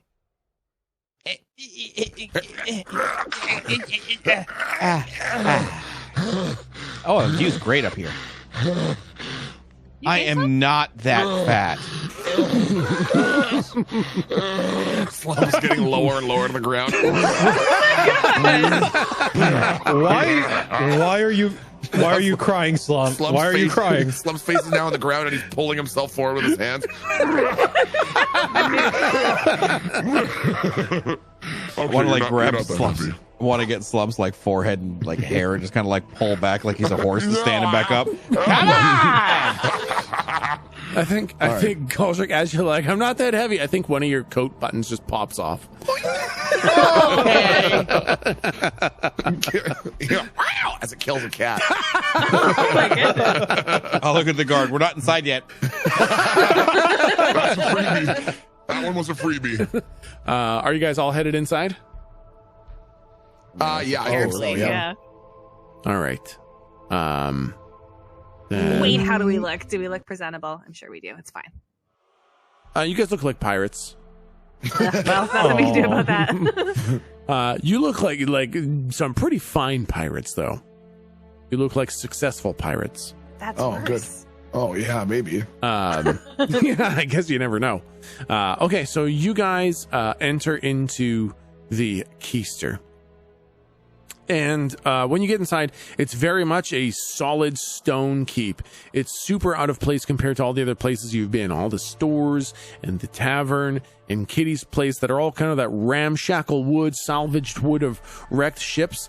This is cut and polished. Well, maybe not polished, but cut and clean stone, neatly fitted, very, very well made, reinforced. This place, it would take a lot to bring down. This is not an assailable fortress. The hallways are patrolled, but not crowded, as you kind of look left and right. And there are no pirates. Everyone here has the conquistador helmets and the spears and, dark leather with the metal plates. They're not totally matching, but you can tell that there's been an effort made to have them all look consistent. Just inside, as you guys step into kind of the main reception area, you see that there is a large reception desk. It is made of a fine dark wood with a large candle on the right corner. There are a few stacks of paper neatly organized, with this kind of scrawny looking gentleman behind the desk. Is this massive quill dipped in ink where he's signing papers and kind of comparing them against others. The gentleman is wearing a fine brown suit jacket that's just a little bit too big for him, as kind of the shoulders stick out past where his normal shoulders should be. And he's clearly trying to grow a beard, but it's mostly just like coming out as weird random hair sticking out of the bottom of his chin.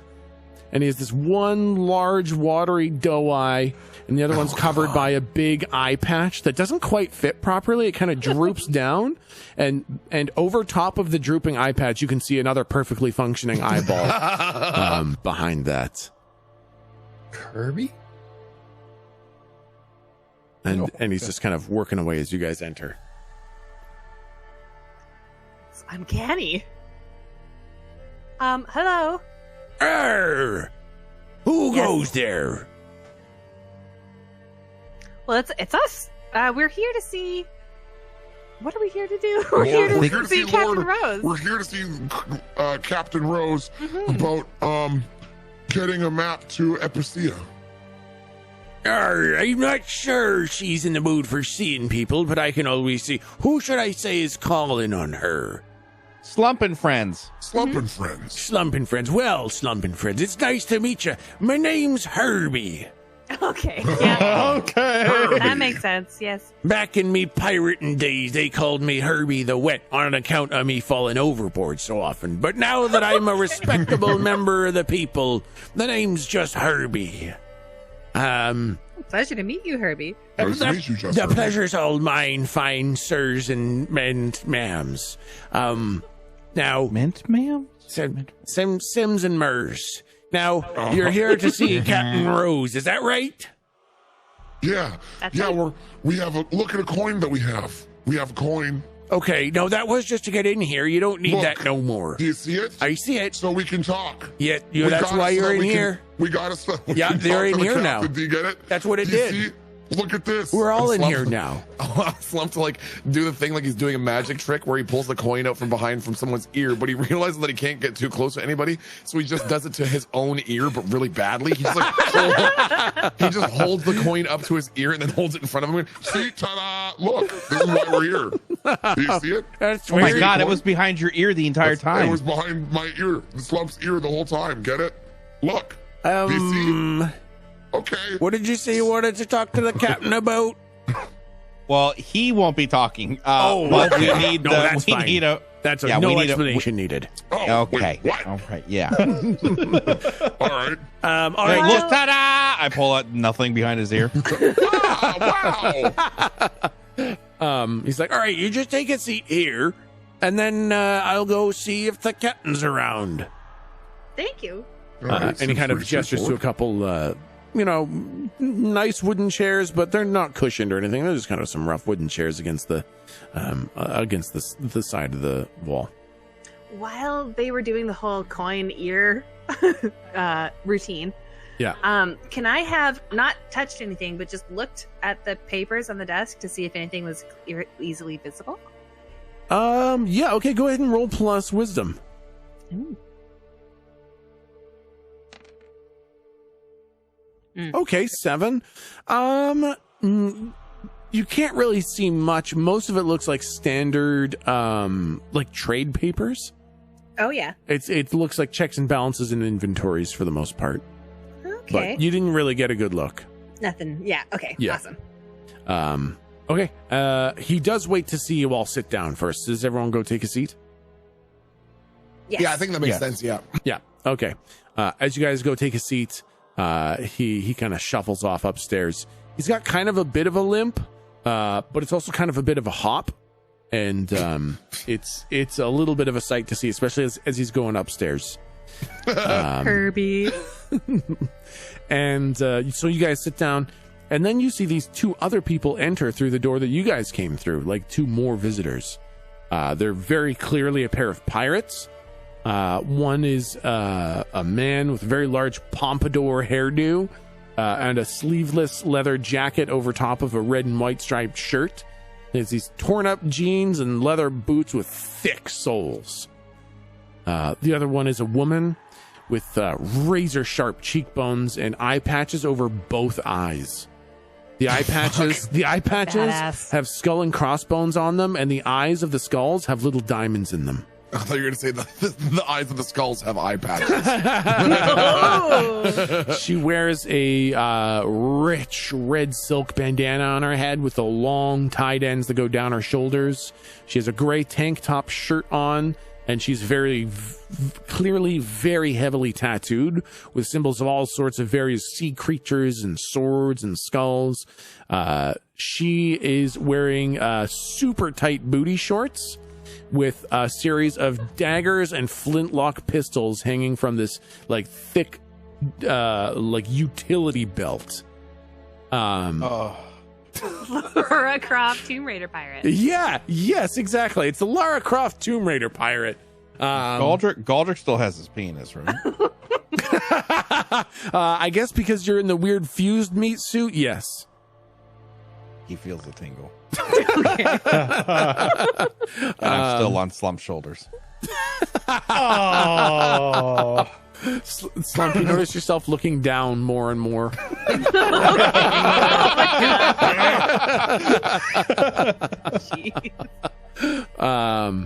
So these two individuals, they kind of walk up to the front desk where Herbie was, but is no longer.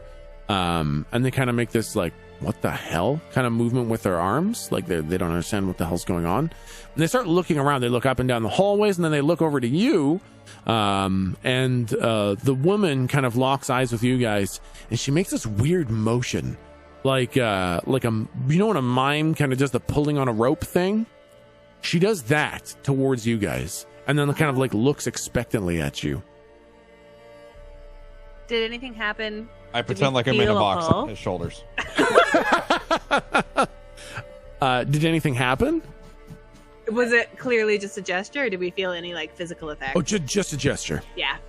I guess I'm going to pretend I'm being lassoed towards her. Oh my Whoa. I'm following the rules. Yeah. As Galdric kind of mimes being in a box and Locke kind of mimes being pulled towards her. I just wave hello. Yeah. They both kind of look at each other a little bit confused. And then they sit down next to you guys and they don't look at you. They don't make any eye contact. Hi. We'll be right back. He's just, yeah, hi. Hi, yeah, okay. Sure. Okay. Yeah. What are you in for? Getting a ship. Yeah, that's what it is. Getting a ship. I have a ship. Getting a new ship. Last ship. I have a new ship. Lost the last one. Oh, you have a new How'd you ship? lose it? Oh, it fell down some stairs. Yeah, fell down. Had a nasty fall down some stairs. This ship? Yeah. Fell down some stairs? Oh, unfortunate, man. What a shame. What a shame. Yeah, and we're looking for a new ship now. Insight check. No. It's a lie. I didn't even have to roll. This guy's bad at lying. Yeah, the ship fell down some stairs. Tragic accident. So we're looking for a new one. Hoping maybe Rose can give us a new ship or something. Yeah, what are you guys here for? A map. Oh, really? Yeah. Oh, you know. What kind of map? We need a map to Isengard. Across the sea. You know. Now that's weird. You both just said something different. Well, it's the same though when you think about it. What we need? What we need a ship. We need a map to just across the sea. That's it. So why do you keep cutting me? No, let him talk. I want to hear. Oh, what are you gonna say? We need a map to go across the sea. That's an interesting choice of words there. What are you some kind of wise guy? What do you mean across the sea? You gotta go across. We gotta go that way. I think. I don't know. Epicia. So we need Epicia. That's what it is. Yeah, we gotta go to Epicia. I kept saying Isengard. Yeah, we gotta go to Epicia. You're going to Epicia. Yeah. Isn't that funny? Is that right next to Jersey or something? What the fuck is wrong with you? No, I think it's just such a coincidence. You know, we're going to Epicia with the new boat that we're gonna get. Oh my god! So you have a map to Epicia? No, I think we're gonna ask for the same thing. We need a boat and a map. Didn't I say that? And the woman's kind of like, yeah, you said that. Yeah, I said that. That's what I said. Oh, okay. Yeah. We need a map and a ship. That's what we need a boat. We're going to Epicia. Maybe we'll see you guys there.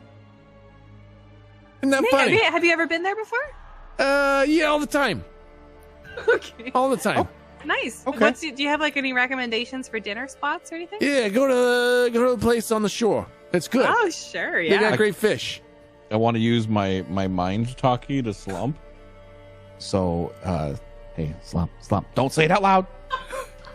Yeah, what? Hey, Slump. So I'm like 97% sure that these guys are trying to find out where we're going because they want to try to rob us on the sea. They want to try to pirate us. But there's only 2 of them.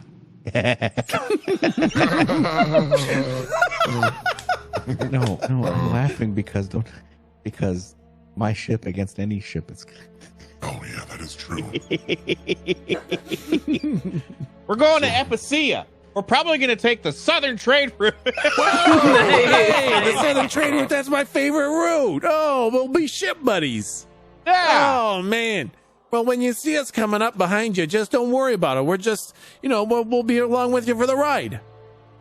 That sounds good. Oh, that's so great. We're going to be in a clipper. No, it's just a hauler, just a good old fashioned. We'll be hauling a lot of goods. Oh, that's kind of dangerous. That it's all kind of pirates out there these days. You sure you're going to be okay? Maybe we can run protection for you. The pirates are the good ones. Hey, that's the kind of attitude to have out there, right? You just give them, you pay them a little bit, give them a bit of your cargo, they let you go, no problem, right? Exactly. Yeah. Everyone thinks pirates have to be this horrible thing. They're just people trying to make ends meet, That's what I'm saying. Black flag's been raised. Oh no. Okay, let's raise our sails. Take what you want. Can you leave us with a little bit so at least we can continue? You don't kill the creature. You leave them enough to keep feeding you in the future. You know exactly. What I mean? This guy gets it. This guy gets it. Exactly. See, that's what you gotta do. That's what I'm talking about. Hey, I'm liking this guy more and more by the minute. Yeah. And as they're kind of talking, Herbie kind of comes hop shuffling down the stairs. And he's like, we've got some more visitors, do we?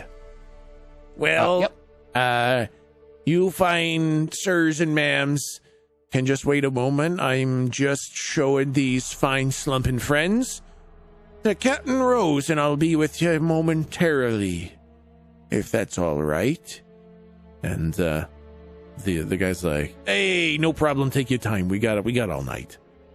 Before we walk away, I kind of want to do a quick scan of the both of them to see if they have any like similar tattoos, like they're part of a, you know, like a group or an organization. Smart. Go ahead and roll a wisdom check. I mean, this is gonna be pretty easy. Oh my gosh, yes. Yeah, so you see very clearly, very obviously, both of them have on their arm a tattoo of two hands holding a rope. And it sticks out more than any other tattoo they have. It's very obvious. All right. Okay. And as we walk away, I want to ask Herbie a question. Okay, yeah, you guys start going up the stairs, and Herbie's kind of just like talking at you. She's like, so, oh wait, no, that's not Herbie's voice. That's you didn't get his name. That's the other guy's voice. So the captain's been here for many years. Her grandmother was the one who made it when she was here many years ago, and employed all the merchants here to build it. It was great. Can you get your head out of the bucket? What is wrong with you? I'm sorry. I was just, you guys, you just fell behind a little bit. I'm kind of fast with my hops, you see. Oh, okay. We're very fast. It's a skipping. It's a good way to hurry. Like when we're out of earshot of those two, I want to ask them. Yeah, exactly. So you guys are basically, you've gone up a couple flights of stairs, you've gone through a room, you're very solidly out of earshot. So Herbie, yes. I noticed those two had like a similar tattoo, like hands pulling on a rope. Like, does that mean something here? It probably means they were part of the Yo-Ho Boys at some point. Of course, they can't be now because no Yo-Ho Boys getting in here. No, sirree. Not getting a Yo-Ho Boy in the keister. So, what about those two? Oh, they're probably ex-members. They're fine, upstanding members of Ruga now, maybe traders, or, I mean, they might be small-time pirates, but they're not Yo-Ho Boys no more. Well, what would happen if a fine citizen got caught or, you know, fell back into the wrong crowd? Oh, they'd probably be killed by the guards. Oh, okay. Yeah, no, the guards take care of that pretty well. Nothing to worry about. The Yo-Ho Boys, they know that Ruga's not welcoming their kind no more, so no real worry about the Yo-Ho Boys making any noise here in the keister. So no fear of like scouts for the Yo-Ho Boys looking for unsuspecting ships leaving port, you know, nothing like that. No, of course not. No. Okay. The guards keep a pretty close watch. We ask everybody if they're members of the Yo-Ho Boys, so there's no chance of any Yo-Ho Boys getting through our security. Ruga has, like, you know, boat patrols to prevent that type of thing, right? Or is it just all the massive firepower from the fortress here? Yeah, mostly the firepower of the fortress. Also, I mean, if a Yo-Ho Boy ever decided to open fire on the island, I'm pretty sure old Ruga here just slap him into next week. Oh, jeez. So we don't have much to worry about. Ruga kind of tolerates the average pirate and the odd sea shanty and a busted bottle here and there, but if anybody gets too wily, you know, old Ruga will see to the end of that pretty quick.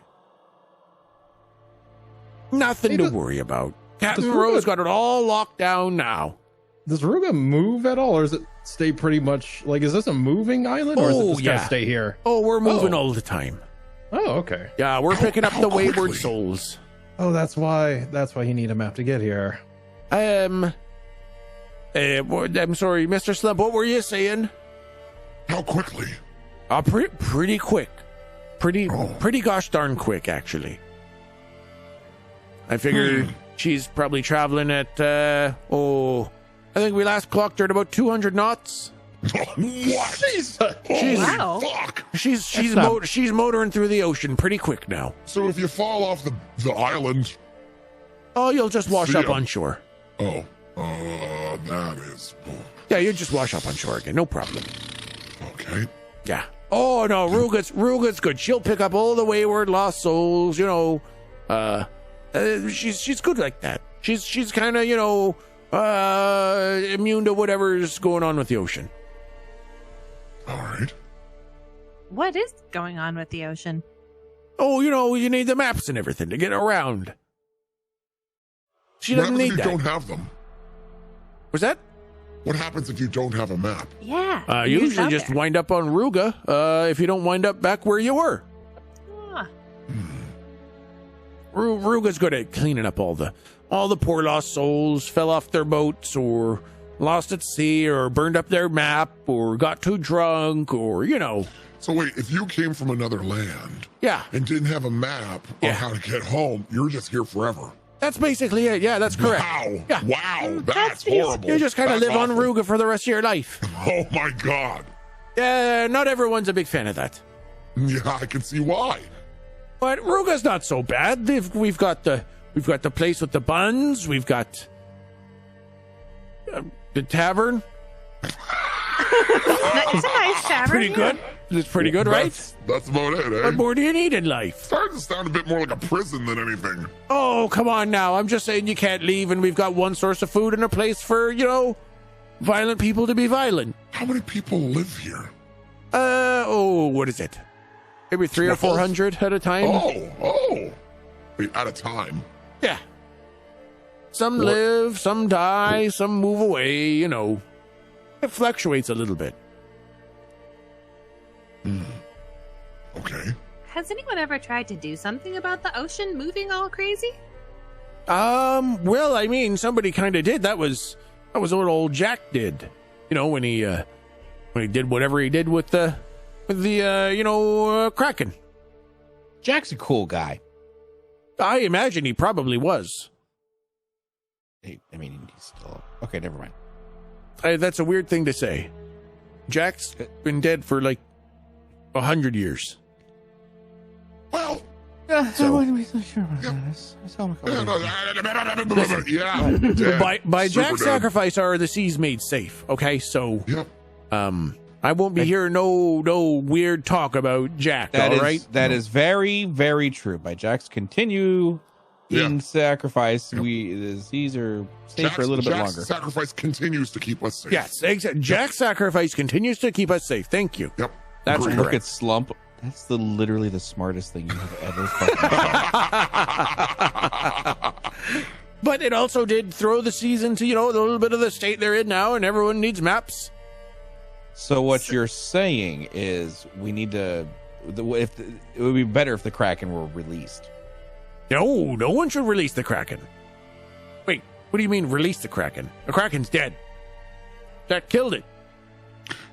So where's the captain that we need to talk to? There's a lot of stairs in this Yeah. place. Yeah. That's a lot of How many stairs. fucking stairs? This building is not that tall. To be fair, I kind of got lost. We went up and down the same set of stairs a couple times. I thought I saw that painting. Yeah, that's a good one. That's a picture of me. I painted it myself. That's why I'm dizzy. Yeah, no, captain's room's just through here. Go ahead and knock when you're ready. Well, just go ahead and knock right now. I don't want you getting up to any funny business. And I'll go help the. Yep, great. Bye. Bye, Herbie. Thank you. That's a lot of knocking. Take it easy. This is a bad start. Knocked 300 times. Oh my God. Captain Teeny. No, stop it, Captain. Captain Teeny Top, stop. Oh God. I'm doing like the most polite of like taps, but just enough to be annoying. Yeah. So you arrive at what is very clearly the captain's quarters. The door is very heavy iron. This is a door that dynamite couldn't get through. And it has these kind of carved wooden anchors and swords neatly ornamenting the knockers and knobs of the door. and you raise the anchor and knock it a couple times, and a voice calls through, and I didn't write anything down. So a voice calls and says, yes, enter. We enter. Yep. Okay. Yep. You turn the knob. The door is super heavy, but it swings nicely. It's obviously well oiled, but it's a super heavy door. And as soon as it opens, you are struck with the most opulent room you have ever seen. This is richer than any king's chamber in the green ink or anything you've seen in the white ink. There are red velvet cushions and deep purple silk banners, gold and silver candelabras and chandeliers, diamond-crusted silverware and bejeweled chairs. There's a variety of parrots and other birds quietly murmuring away in these grand cages. There are literal piles of money spilling out of treasure chests, scrolls with gold roped ties. It's just insane in here. It's like the finest and most extravagant of everything. And in the corner of the room, sitting in a massive smoking chair, is a woman with an extravagant captain's hat smoking a pipe. She has a perfectly pressed, clean black pirate's coat on with gold buttons, rings on all of her fingers, and more than one ring on a couple fingers. Her boots are pointed and come up halfway up her thighs. She has a series of flintlock pistols hanging from her bandoliers and her waist, as well as 2 scabbarded rapiers on her hip. And she says, you must be Slump and friends. It's rare that I get visitors. Please take a seat. And sorry, I was too busy imagining the room with its red cushions and pink silk banners. Can you describe what she looks like one more time? Yeah, she has this extravagant captain's hat on. She's smoking a pipe. She has a clean, perfectly pressed black pirate's coat on with gold buttons, rings on all of her fingers, multiple rings on a couple of her fingers. Her boots are pointed on the tips and come halfway up her thighs. She has a series of flintlock pistols hanging from bandoliers on her chest and on her waist, as well as 2 scabbarded rapiers on her hip. What color is her hair? What sort of, like, is she tall, short? Is she lean? Is she thick? Yeah. She looks not lean. She just looks like she's got some meat on her. Okay. She's got very bright red lips. Like that is some expensive red lipstick. Okay. She's got quite a bit of makeup on. You can tell that she really likes all the fancy things, and so she's probably tried all of the fancy makeups kind of thing. Okay. She doesn't look like comical or anything like that, but just she's obviously put on a lot of makeup. Okay. And her hair is long and black and straight, and she doesn't look necessarily tall or short, just kind of average height. And does she seem like a pleasant person, or like serious, or is she like a fucking Dolores Umbridge, or like? She looks pleasant enough to look at, but her eyes are like fucking daggers. Oh, interesting. Yeah. Creepy. So she looks very inviting and very friendly with her like posture and the general demeanor, but her eyes are like fucking downloading you. Oh, interesting. And she's like, yes, you must be Slump and friends, if I'm not mistaken. Yeah. Hi. We have a coin. Look. Yes. We have a coin. You see it? Yes. We got this. Yes, Herbie told me that might come up. Yeah, we have a coin that we found. We got it. I want to be mouthing, I'm sorry. We got. That's very good. Perfect. You did it. Because there was rats. Yes, you did it. And Slump would smash. That's so good. And then we got it. And then we got a coin. And That's now amazing. we're here. That's fantastic. Guess what happened? We were in the water. Yes. And now we're not. Mm-hmm. Okay. Wow. Okay. You told her your stuff. That's so great. I mouthed again. Thank you. Hi. My name's Galdric. A pleasure to meet you, Galdric. I'm Captain Rose. Captain Rose, pleasure to meet you as well. This is my crew. We are in need of a map. to, and I snap my fingers and I point to Locke. Ipsia. Ipsia. Maps are quite a commodity these days, you see. I don't know if Epicea. Have you ever been a member of the Yoho Boys? No, but I'm pretty sure you have 2 of them in your front room. Well, I'm sure we get a lot of people who used to be members of the Yoho Boys. That's not a crime, but let's just say I'm not really willing to give maps to anyone who's ever been affiliated. Have you ever worked with Big Boss Louie? Don't even know who that is. Never heard of him. All right, that can't be.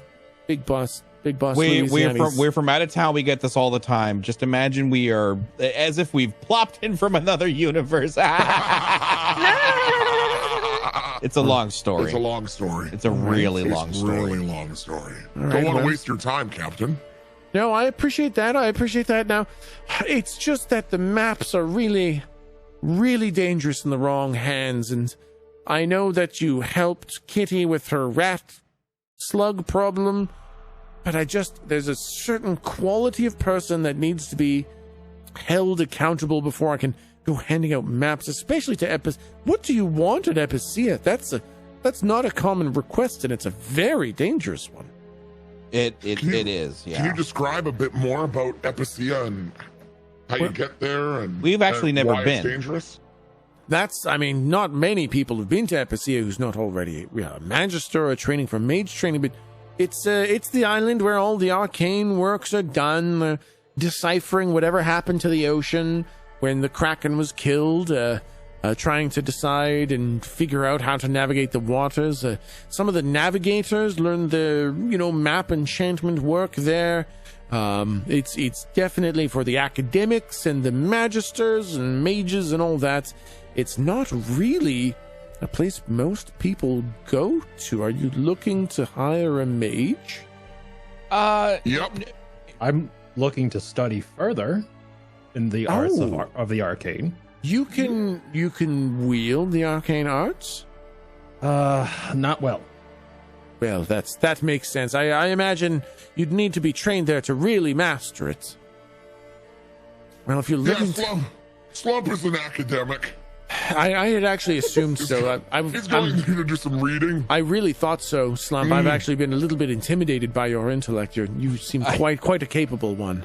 I'm holding his hand like a grandmother holding their grandchild's hand, just tapping the top of it like, I'm so proud of you. Slump is a physical and intellectual giant.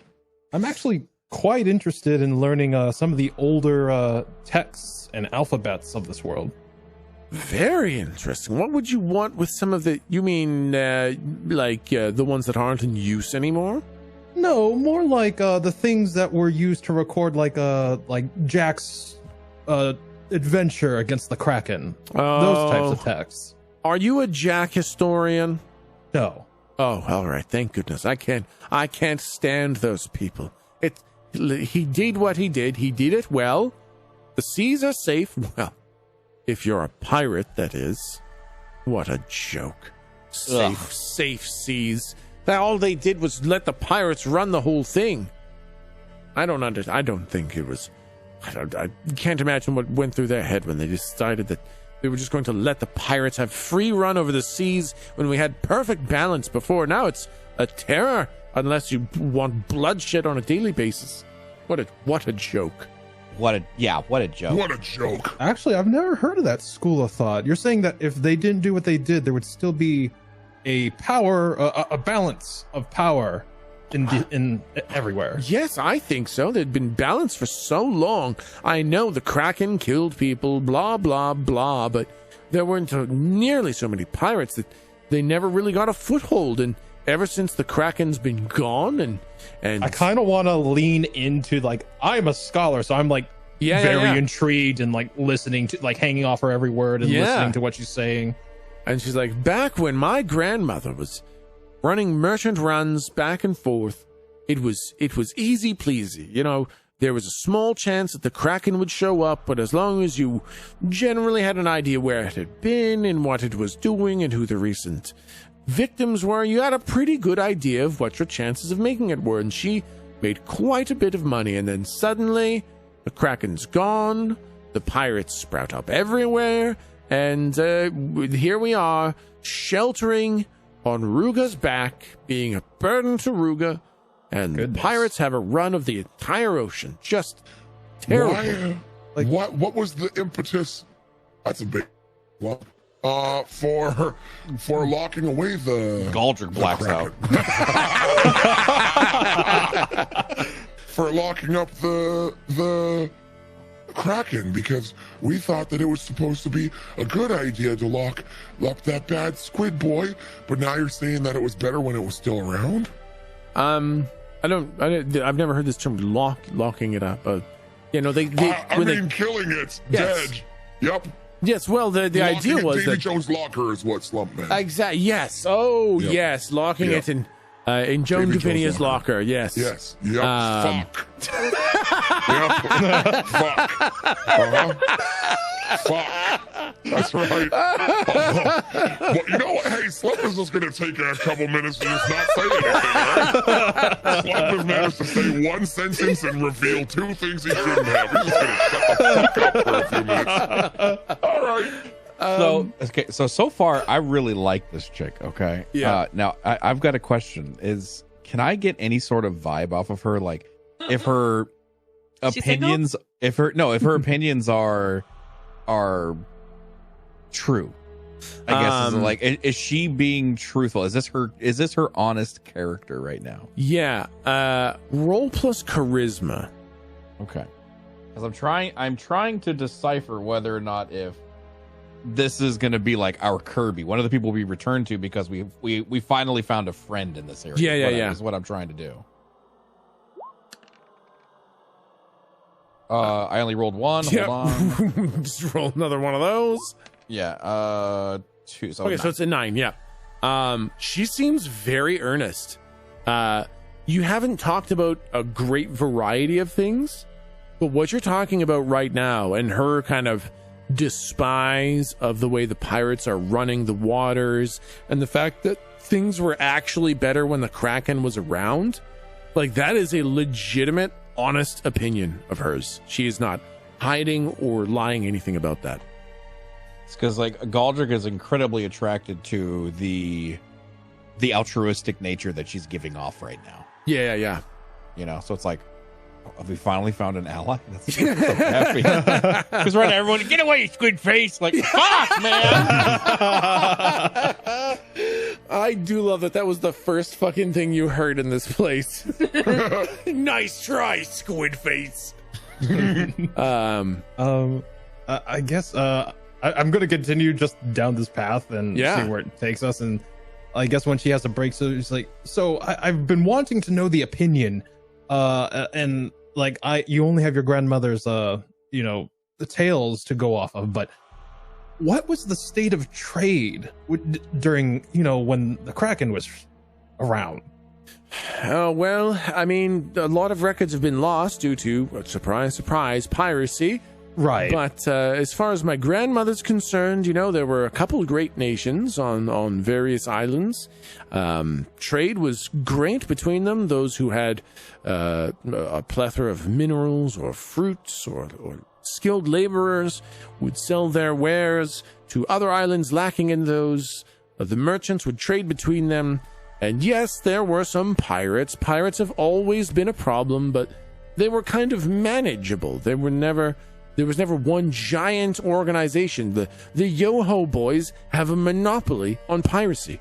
You go out there, it's the first thing you see are the Yoho boys, and they take everything, and they leave no survivors, and there seems to be absolutely no repercussions. I wouldn't mind if the Kraken came out here and just sunk all their boats. So at this point, Slump has his hand in the air. Has what? Oh, has his hand in the air. He's just standing there staring at her. Yes, Mr. Slump. Yes. Yes. Yes. You have a question? How come? Slow down. You got this. How come? Was it? Okay. Just come back to him. He'll get it. He'll come back to him. He's got blood coming out of his nose. How come wasn't there a navy for? Where's the navy? It was literally no one thought to put up a resistance to the pirates except a gigantic squid. Well, I mean, when the squid was around, we had the navy. Okay. They never. I mean, the Kraken killed large swaths of the navy, so we could never really get more than each nation had a couple dozen ships to patrol their shores, and that really seemed to be all that was necessary. It's impossible to squash all piracy, but when the Kraken disappeared, we didn't realize that the pirates would just kind of show up out of nowhere. They kind of took over the waters before anybody had a chance to mobilize or unify. With the oceans changing so much, we had a hard time communicating. The maps were rare. There was really just kind of chaos, and then the pirates just showed up, and it seems they can kind of go anywhere they like. So, no, you go. So basically, from just our exchange here, the realm exchanged one bad for a different type of bad. Yes, a significantly worse one. A worse bad. The Kraken seemed to kill, without differentiation. But the pirates kill exclusively anyone that's not a pirate. So, if I may. Yes. And this is, again, we're kind of new to town. Sure. Why not just kill the Yoho boys? Oh, we've tried. There are way too many of them. You sink what, one or two boats, maybe you sink a dozen, 100, 200 show up. There's nothing. The retribution is beyond measure.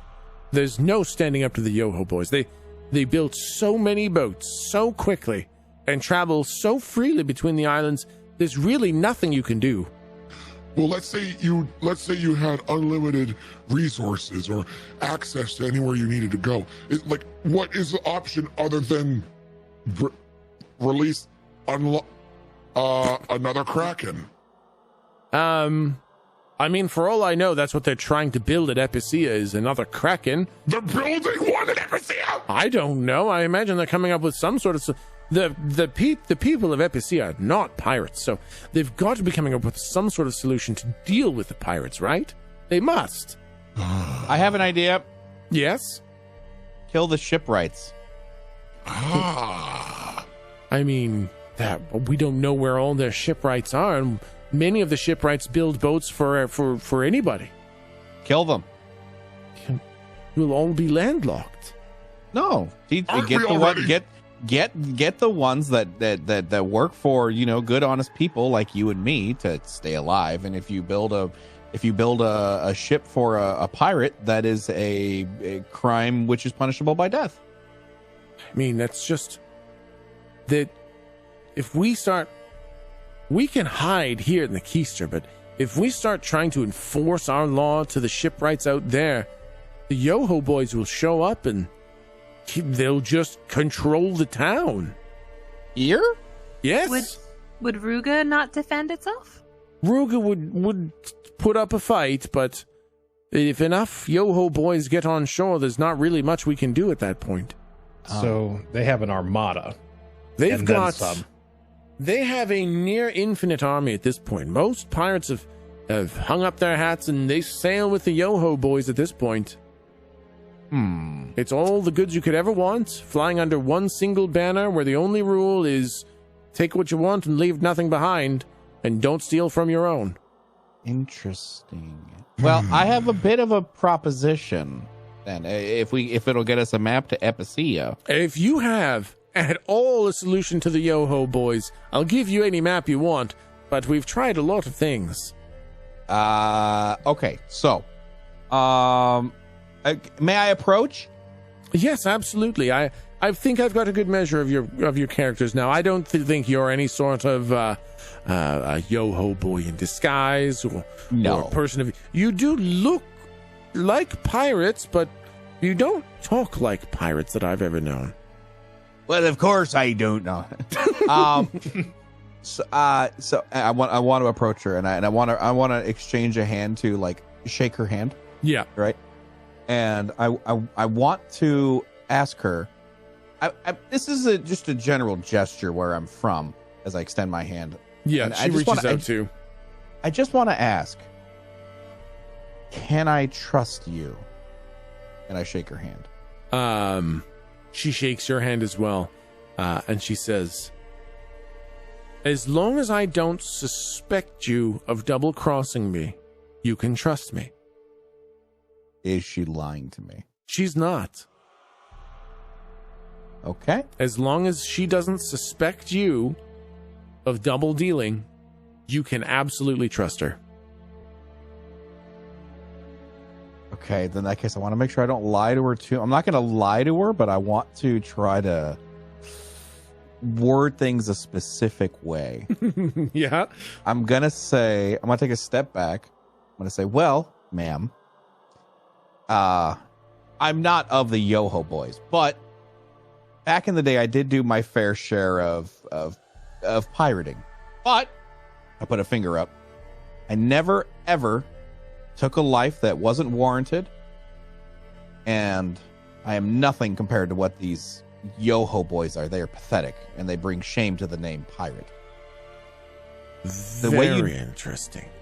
The way you take care of them, as you describe their numbers, is you divide them. How would we divide them there? Internal conflict? I'm not wearing a hat, but I take off my hat and I say, my name is Galdric Stout. My ship is the Bishop's Bane. That's a lot of namesaking that your parents named you Galdric Stout after the Galdric Stout, and you named your ship the Bishop's Bane? Yes. However, I am the Galdric Stout. And if I think there's anybody who might be able to pull pirates away from the Yoho boys, it would be me. The name Galdric Stout will, rattle a few cages here and there and get a couple eyes on you, but have you said you've never even met Big Boss Louisiana? I'm assuming it was after my time. Yes, this was very, very long after Galdric Stout's time. Not that we even really know when that was, other than a long time ago. But no, Big Boss Louisiana showed up, maybe 7 years ago? When the pirating started getting really bad? I kind of have this look like I have no idea what you're talking about. And, if you think that you can pull people away from Big Boss Louisiana, you've got quite the ego, to put it simply. He's one of the most charismatic, most powerful, pirateering, motivational speakers I've ever met. And he's in charge of the Yoho boys? Well, he's kind of like their front man. He's kind of in charge. I don't know who actually runs the Yoho boys, but as far as most people are concerned, it's him. They've existed long before he showed up, so he can't actually be the person running it, but he's the one everybody knows as the big boss.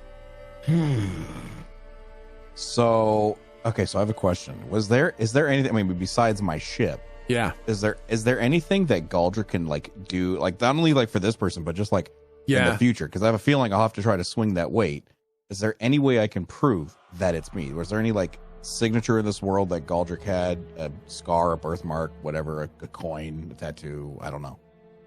I think you would need... So basically what you can gather is that Galdric was around a really, really long time ago. So long that basically the name and the rumor is most anybody knows. And by that token, it would be almost impossible to prove because it's just a rumor, and the rumors aren't even all consistent. You would need some sort of actual documented record, verifiable from the time. and then match that record to yourself in some way. Like if there was a record that said, and Galdric had, you know, a birthmark on his left arm, then and you obviously would have it, then you could show it that way, but you would need a verifiable record before you could convince people. Gotcha. Yeah. Okay. Which might be at Epicia. The archmages, you know, mages hold on to all kinds of old shit. That's well, true. I also want to argue that Galdric could just do Galdric, and the myth of Galdric Stout returning from the dead might be enough to shake them in their boots, too. Also true. So, I am Galdric Stout, and I understand how difficult that is to take at face value. Obviously, many documents are gone, and it wasn't like I was signing up to document who I was, able to prove myself however long in the future it's been. And here's the part where I'm going to kind of fib a little bit. I don't know why I'm here. I don't exactly know why I'm here again, but I'm here again. And the stories say that you fought Joan Davinia, you know, the fabled keeper of the dead. Yeah, arbiter of all that. Creepy. Tell me, how did the battle go? Oh, well, she died. How many men were on your ship? Oh, Jesus. I have a question. Do I remember this yet? No, the only thing that you got, like, you didn't even remember Joan until she touched you on the shoulder, and then you just remembered her and the cannon fire, and it's just it's kind of hazy, and it's still one of those weird memories where the information is hard to glean, and it's just weird images and feelings and stuff like that. I'll say I'll be honest with you. My memory is extremely hazy. If it That's was actually my probably the most believable thing you said. I think if Galdric had lived for 23,000 years and walked up and said, "I remember what happened like yesterday," I would have called bullshit. Well, I can tell you, if it was my ship, if I fought her on my ship, the Bane, it would have been 16 men. Well, you understand how difficult it is for me to understand that you're some Of course. Oh, of course. 20,000 For me to year expect old. you... Yes. Yes, but the fact that you... Now, here's the important thing, if I may. You want to believe it, and so will other people. I do want to believe it. To believe that the Galdric Stout has come back from the dead at the time that these disgusting, overbearing jokes of pirates are ruling the seas with wanton abandon. I would love to believe that the more honorable pirate Galdric Stout had returned, but that's hoping is a endangering thing. Indeed. I will prove that I am Galdric Stout with the help of my crew, and hopefully with a map to Epicia. And no doubts, on our way to Epicia, we will encounter a few of these Yoho pirates, and they will see what a real captain can do. And as you say that, you guys hear a horrifying boom, and the whole keep shakes. What the fuck? And then the whole of Ruga shakes from the explosion. What was that? What was that? And then Slump! you hear something. Sorry. You hear something way off in the distance. Sounds like a group of people chanting something, and it sounds like oh No. Uh-oh. And then Sounds as kind of like Yoho. it gets closer and closer, you do hear that this is not oh, and it's not in a regular rhythm. It's Yoho! It's yo-ho. Okay. And it's in the most off-putting rhythm you've ever heard. No, I think I've heard this before.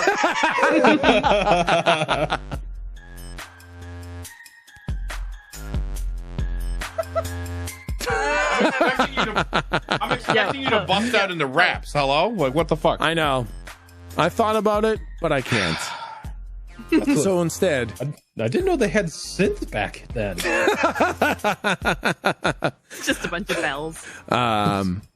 so you hear the unmistakable sound. It's the same kind of rhythmic chant you heard from the Yo-Yo Boys, from the Dodo Boys, and now from the Yo-Ho Boys. You hear this chant, this rhythmic beat of boots stepping, of Yo-Ho being chanted, and sure enough, you hear the Yo-Ho Boys have arrived. You hear screaming and shouting downstairs in the keep. You hear gunshots and sword clashes. And Captain Rose says, I'm going to need the four of you to leave my office. I am going to seal myself in because I can't become a prisoner of the Yo-Ho Boys. That will be it. If you're as noble as you say, guard my door and don't let any Yo-Ho Boys in here. It would be basically the end. But before we do that, we have your permission to defend Ruga. Is that correct? You have my permission and my instruction to do what you can to defend me, this keep, and my staff to the best of your ability from any and all Yo-Ho Boys on this island. This room is pretty plush. Do you have anything that can help us? Weapons, armor, secret pots of boiling oil, explosive, salted pork, kitty cats, warm beds. I mean, I've basically got my weapons. I've got a long rifle here if you need that. But I mean, mostly I carry my weapons on me. But you may want to plug your ears because the keep will be returning fire on all surrounding Yo-Ho Boys, and it's going to get loud. Remember that part where I said I can't control arcane very well? I can cast magic, right? Yes, absolutely. Please don't kill me. And if you happen to burn a couple of my staff members, just make sure that you kill the Yo-Ho Boys. How did they get here? Would they have had the map to Ruga? I'm not really sure. They may have had a map. They may have just got lost. I'm not really sure how they got here, but I'm sure it was the two that I told you about that were in the front row. Yeah, they had yo whatever that is, tattoos on their hands. All right, well, I'm sure this will get cleaned up in a big hurry. It's always a mistake whenever they show up. Galdric doesn't have a trench coat on or anything like that. He just looks like Galdric. Yeah, but he's gonna do like a Matrix Neo where he like flips off the trench coat and starts walking out the door. He doesn't do anything. He just flexes he looks like a fucking peacock. Perfect. Okay. Looks like a peacock. That's it. That's all we got. That was the whole goal. All right, bro. Let's do this. Aye, aye, Captain. Okay, you guys leave her room. She closes the doors behind you. You hear a series of locks. And that's when you hear the keep basically detonate in cannon fire, shooting all the surroundings. You can see you're in a hallway with wooden floors and stone walls. It goes left and it goes right, and there's a window at the end of each hallway that's got iron bars over it. Nobody's coming in through the windows. You as you go to the left or right side, whichever one you want, they both go the same, like they both have stairs that go down to the main floor. Through the window, you can see a massive fleet of ships in the water. They're unloading massive gouts of flame from mounted flamethrowers onto all ships in the harbor, burning down everything in the water. Where's the Bishop's Bane? The Bishop's Bane is not actively being torched yet, but they're kind of making their way through the boats. There was the two people on the Bishop's Bane. I guess we have no way of communicating with them. Hopefully they return. Hopefully they use the means at their disposal. Can I visibly see the Bane? Yes, but it's quite far away. Just be careful. That might not be a good idea to, get the Bane to do anything there. Yeah. Don't worry about it. The other two pirates. How far out is it from shore? It's probably, maybe 500 meters offshore, and you're probably maybe... So that's not bad. It's swimmable is what I'm... Oh, yeah, it's definitely swimmable. Okay, I just think, if I think to the Bane, dive. It's too far away. So I think that the way we had kind of issued this is that it needs to hear your command for it to do something. and it's just too far away, and it's very, I use very my loud. wings and I teleport to the So yeah, I guess we're gonna have no choice but to confront the fucking Yoho boys, I think. and so you do see a lot of Yoho boys on rowboats, yo-hoing their way to shore. They're swarming the town. You kind of look through the window, kind of off to the side. You see them coming up the shoreline, and then you hear another deafening volley of cannon fire from the keister, and you see cannonballs just shred the yo-yo boys. Like, blood and guts and limbs just go flying. The cannons tear apart the buildings too. You see the tavern get just shredded. The bakery gets holes and chunks blown off it. The keister is unloading all of its cannons and all of its defensive fire, killing civilians and yo-ho boys alike. Oh my god. And it is an absolute fucking massacre.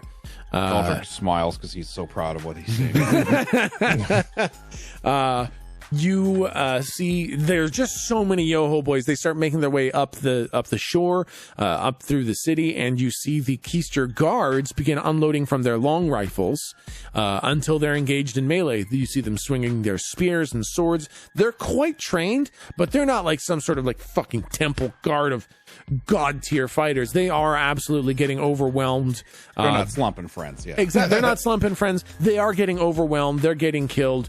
And you do see that some yo-ho boys are getting through them into the keister itself. And then you hear the fighting downstairs. And sure enough, after not much time at all, you see 3 yo-ho boys make their way up the stairs, and they're now in the hallway with you. I shoot the first one right in the head. Oh my god. Okay. I will say roll your damage dice. No roll to hit needed. It's a surprise attack. They were not expecting somebody to be up here. Oh my fucking goodness. I want to shoot one of them right in the head and just be like, "Do you know who the fuck I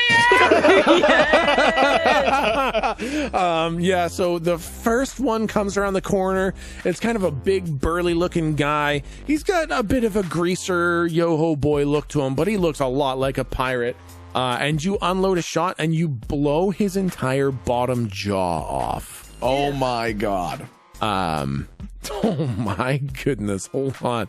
I gotta get my notepad out because one of them just lost half his health before the fight started. Well, I guess not quite half his health because he has armor. Okay. No. Forget about the armor. No, I got his I jaw. have There's to no armor fucking there. remember There's no this armor time. there. There's no armor in the jaw. I mean, you know what? You actually raised a good point. I did specifically say jaw. He does not have armor in his jaw. I'll give you the full 10 damage. I guarantee you next week he's going to come by people who have jaw armor. Yeah, exactly. Okay, so Yo-ho 1, Yo-ho 2, Yo-ho 3. Everyone roll plus dexterity to get your position in the whatever. Initiative, that's the one. I love your DMing so much. As you prepare for combat, roll dexterity to get the whatever it is. Exactly. Wait. Oh yeah, never mind. You said it was plus dexterity for That's right. initiative. Yeah. I guess. Well, I was just gonna say. I guess I could just add 1 to my previous score, but I did that. Yep, anyways. exactly. All right. Okay, so it is Locke, Slump, Galdric, Lou. Okay, so Yo-ho 1 is at half health now. Okay. Holy shit. So as he comes around the corner, he kind of like looks down the hallway, and as he looks, you blow off his entire fucking bottom jaw with a flintlock rifle shot or flintlock pistol shot. And combat has now started. Hi. Hi, I'm combat. Hi, I'm combat. Okay, so I think in No, wait. I shoot him in the jaw, and after I see his jaw falls off, I say, "We should talk."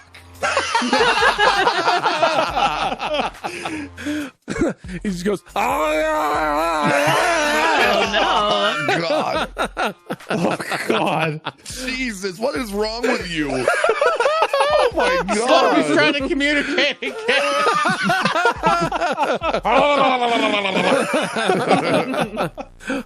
Okay, he definitely pulls out his flintlock pistol. I go behind Slump. And fucking he takes a shot at you to kind of return fire, and he hits you for 2 damage. Okay, there's no AC, so it's just straight minus armor. Got it. Okay. If you have armor, I think yeah, you I should just have. deduce it, right? That's right. Yeah, you just take the 2 minus whatever your armor is, and that's how much damage you take. Okay. And then he kind of like looks down the stairs and he like, Oh, God. Just tongue flapping around. just blood just pouring down the front of him.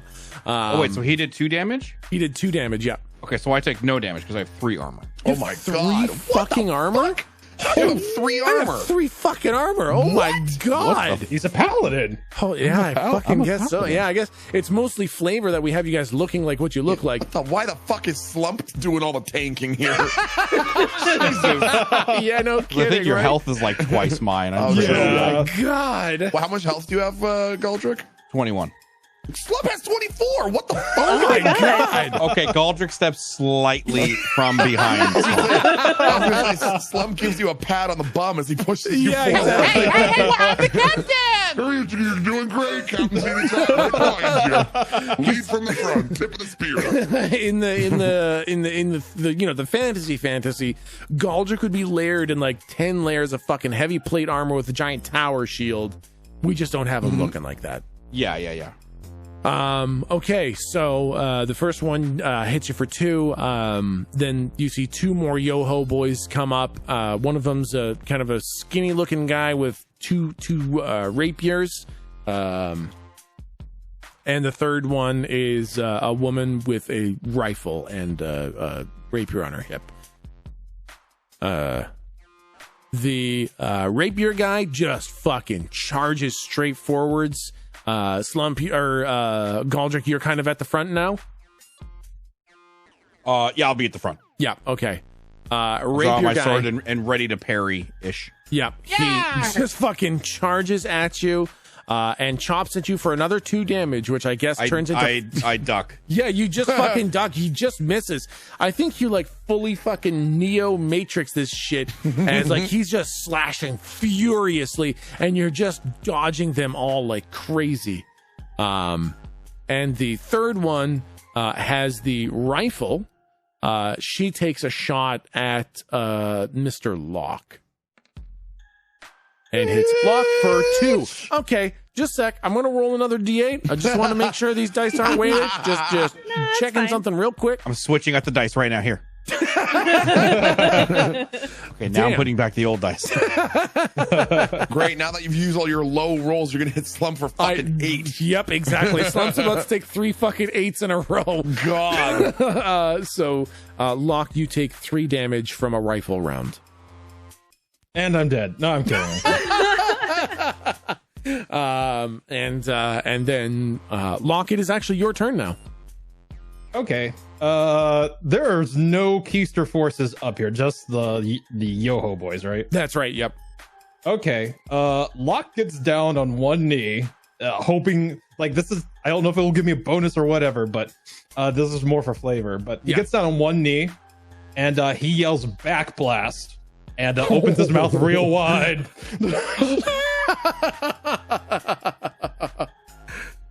And basically, so I'm gonna roll con here. Let's see what tag I can add here. Ooh, okay. Well, 1 tag. I'm gonna add the tag messy. Oh God. And like do what you will with this. I don't know if it's gonna be like splash damage or what, but it's up to you. And I'm gonna aim for the rifle lady because I feel like she's gonna be a threat more so because she's far away. Yeah, and I'm gonna try to hit her. All right, roll plus intel to see if you can hit her. That's a hit. There'll be a tag because that's a volley attack, and a 7 on a volley.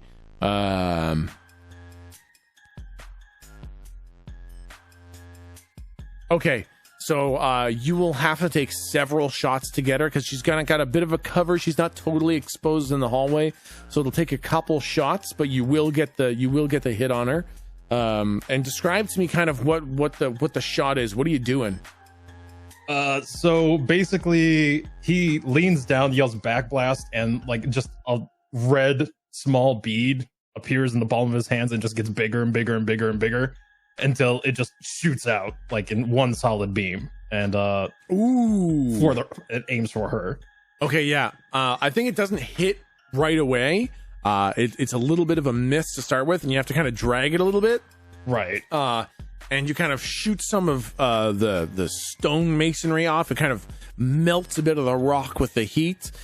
She ducks a little bit. You kind of correct, and then you tag her. And go ahead and roll your damage dice.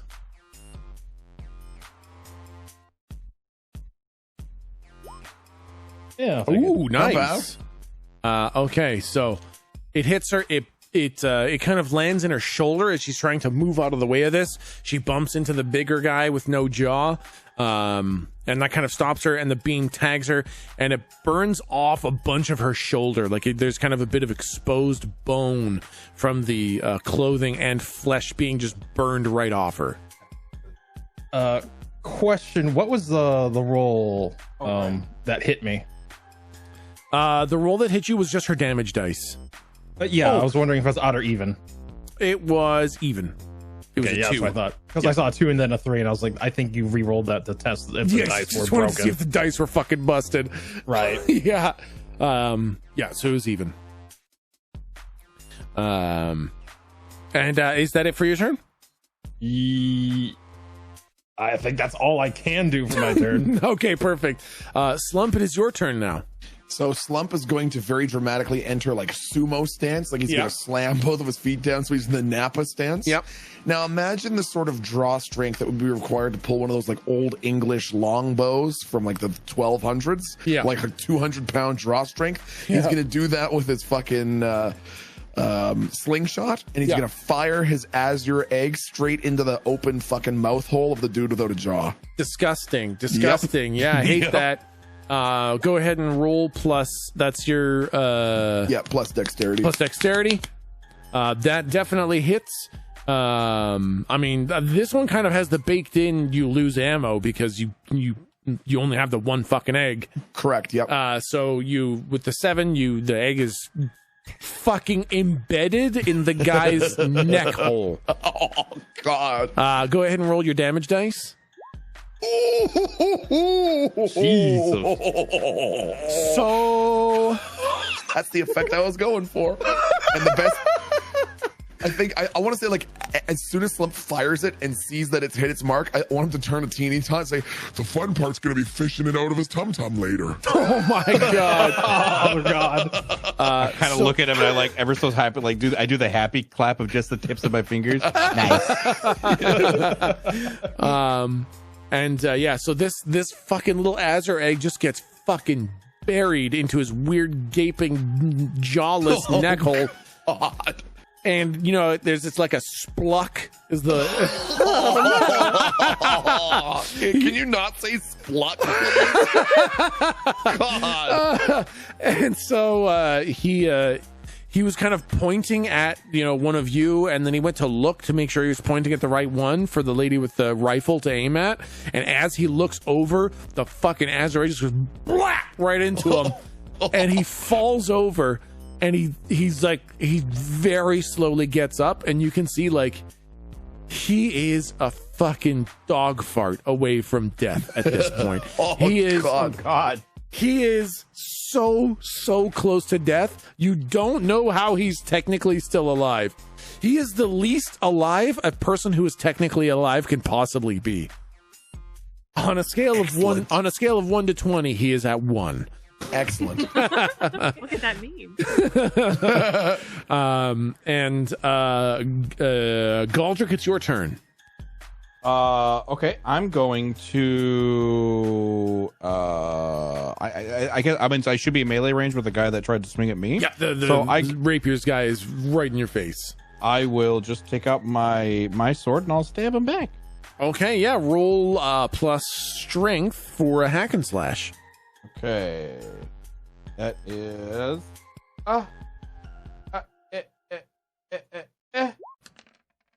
bam. Okay, with a 9, you will deal your damage to him, and he will deal his damage to you. So go ahead. So I've never actually used my sword, but it says my sword is a. If I'm close, it's close +1 damage, 1 weight. Well, I don't know what that means. The weight doesn't matter. We don't give a fuck about that. Okay, gotcha. The close just means, you can't shoot him with your sword. But it does mean that when you roll your damage, you can add +1 to it. Okay. So roll your damage dice +1. Oh my God, you guys. What are you doing? Okay, so I slice him and then I get ready to parry his next 2. Okay, so that brings him to that. Rapiers, dude, so you cut him real fucking bad. He's busy swinging his sword around all over the place, and you're reading his strikes so well. You just kind of move to the side, and you just jab the sword right in. You feel it go past the rib cage, and it punctures something real important in there. And a lot of blood comes out. It looks bad. And he swings back at you for 3 damage, which with your 3 fucking armor means he just fucking misses again. Oh my God. I want to stab him and then I want to parry him and I want to say, "Ooh, that looks bad." Yeah, I know. He just comes down. He screams like, "Ah!" He fucking swings at you and you just parry the sword off to the side. No problem. Lou, it's your turn. Okay, since it was just my turn, I'm gonna go use the restroom because I'm dying. Okay, sounds good. Don't die. So could you remind me? So there's 3 enemies here. Yeah. So there's one guy who's kind of a bigger, beefier guy. His jaw has been blown off. He's got a azure egg buried in his neck, and he looks next to death. There's a guy with 2 swords that is right in Galdric's face, just swinging away. And there is a rifle-wielding woman in the back who's just taking pot shots at you guys. Well, the egg guy is looking bad. Bad is putting it mildly. So. He looks so fucking bad right now. And just a question. So I think I cannot use the magic weapon spell again until I commune, right? It's not just for the fight. I have to commune. That's right. Yeah, you have to commune. That's right. Correct. Good. Okay. Well, I would like to just try and swing my staff at the egg guy like a baseball. Oh my God. Just like a croquet bat. Oh my God. Yeah, exactly. Yeah, absolutely. So they're kind of a little ways from you. You just kind of sprint past everyone. No movement checks, no nothing. There's no attacks of opportunity. You just fucking run right up to him. He's kind of getting up, and he's got murder in his eyes. He looks like he has 1 breath left in him, and he's going to use it to kill one of you guys. So he looks pretty angry. Well. So you want to do a hack and slash. Go ahead and roll plus strength. Oh, right. Okay. I forgot about that. Can you actually hit him? Yeah, check. exactly, right? Oh no! I would have run up and taken a really big wind up to try and swing. Yeah. But I imagine the ground is getting a little kind of gross with viscera. Yeah, definitely. So I think as I go to try and do a really big swing, I just slip a little and miss. Oh man. Yeah. Slip on some blood. Yeah. Yeah, I think it's really disgusting. You fucking run up, you get ready to croquet him, and as you kind of wind up, it just takes your feet out from under you, and you slip on the blood a bit. And unfortunately, with hack and slash, he does his damage back to you. and he hit you for fucking 7 damage. That he got what he wanted. He said that he was going to put all of his effort, exactly, breath into doing, so he did it. With his one fucking breath, he just reaches out, he's like, gah, and he fucking stabs you real bad with his sword. I'm wide open from my slip. No, Yeah, exactly. And he gets you real bad with the sword, and that hurts. And then technically it's his turn again. But I don't want to give him double turn, so I'm going to say that basically was his turn to do that attack. So we'll go to the 2 rapiers guy, who is currently fighting Galdric, who is not quite here at the moment. So let's just go ahead and roll, and we'll just see what kind of damage Galdric takes when he gets back. I'm sure it's going to be a 2 or 3. And he won't even get hurt. It's a 1. Oh my gosh. It's a natural 1. Okay. So Galdric doesn't have to do anything, as this guy's just continually fucking swinging and missing and just hitting nothing but fucking air against Galdric. And then it's rifle slap fight. Yeah, exactly. It is a rifle lady who now definitely wants to take out Mr. Locke. She takes another shot at you, Locke, and hits you for 5 with another rifle shot. 1d4. Hold up. Oh, because it's odd number, you can reduce some of the damage. I can heal myself essentially, or reduce the damage. Yeah.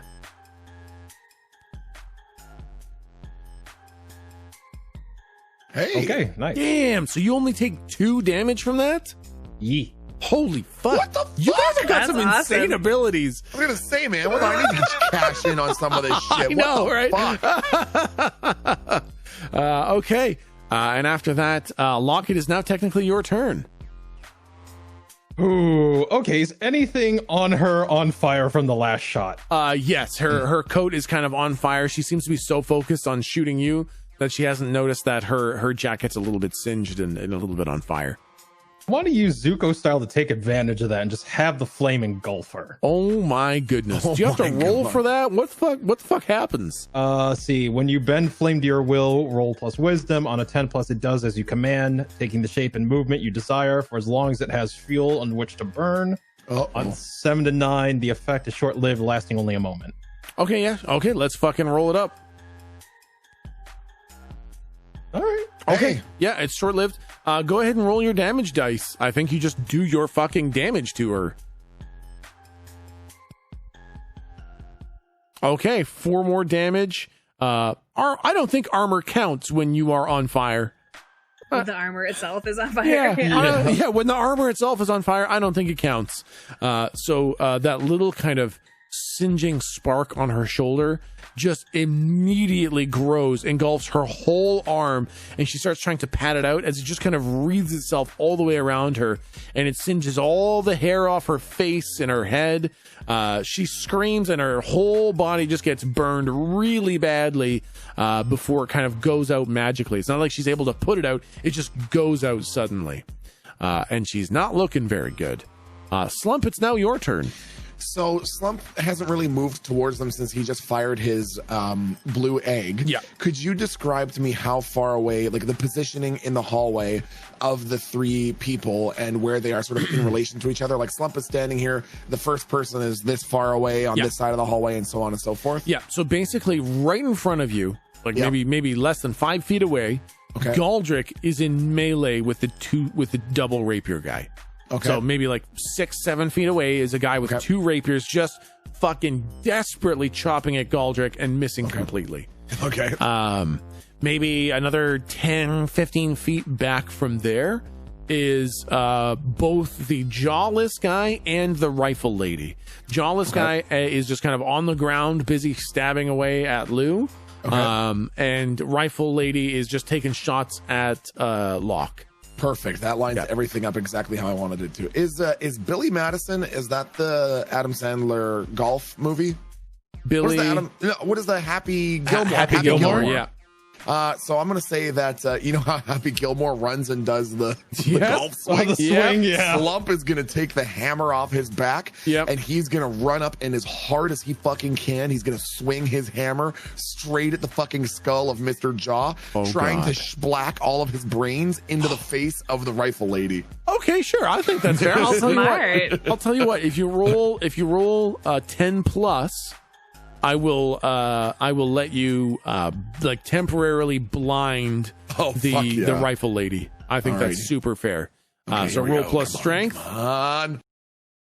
Oh, damn it. Ooh, fucking so close. One. Shit. I know. Fucking. Then just make it gross her out then. I just want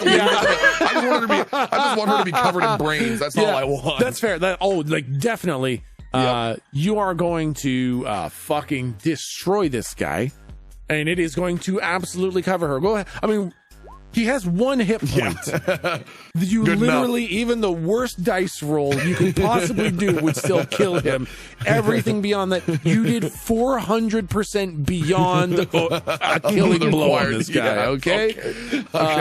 So he's like sitting there. He's kind of like on the ground. He's like, as he's like stabbing at Lou.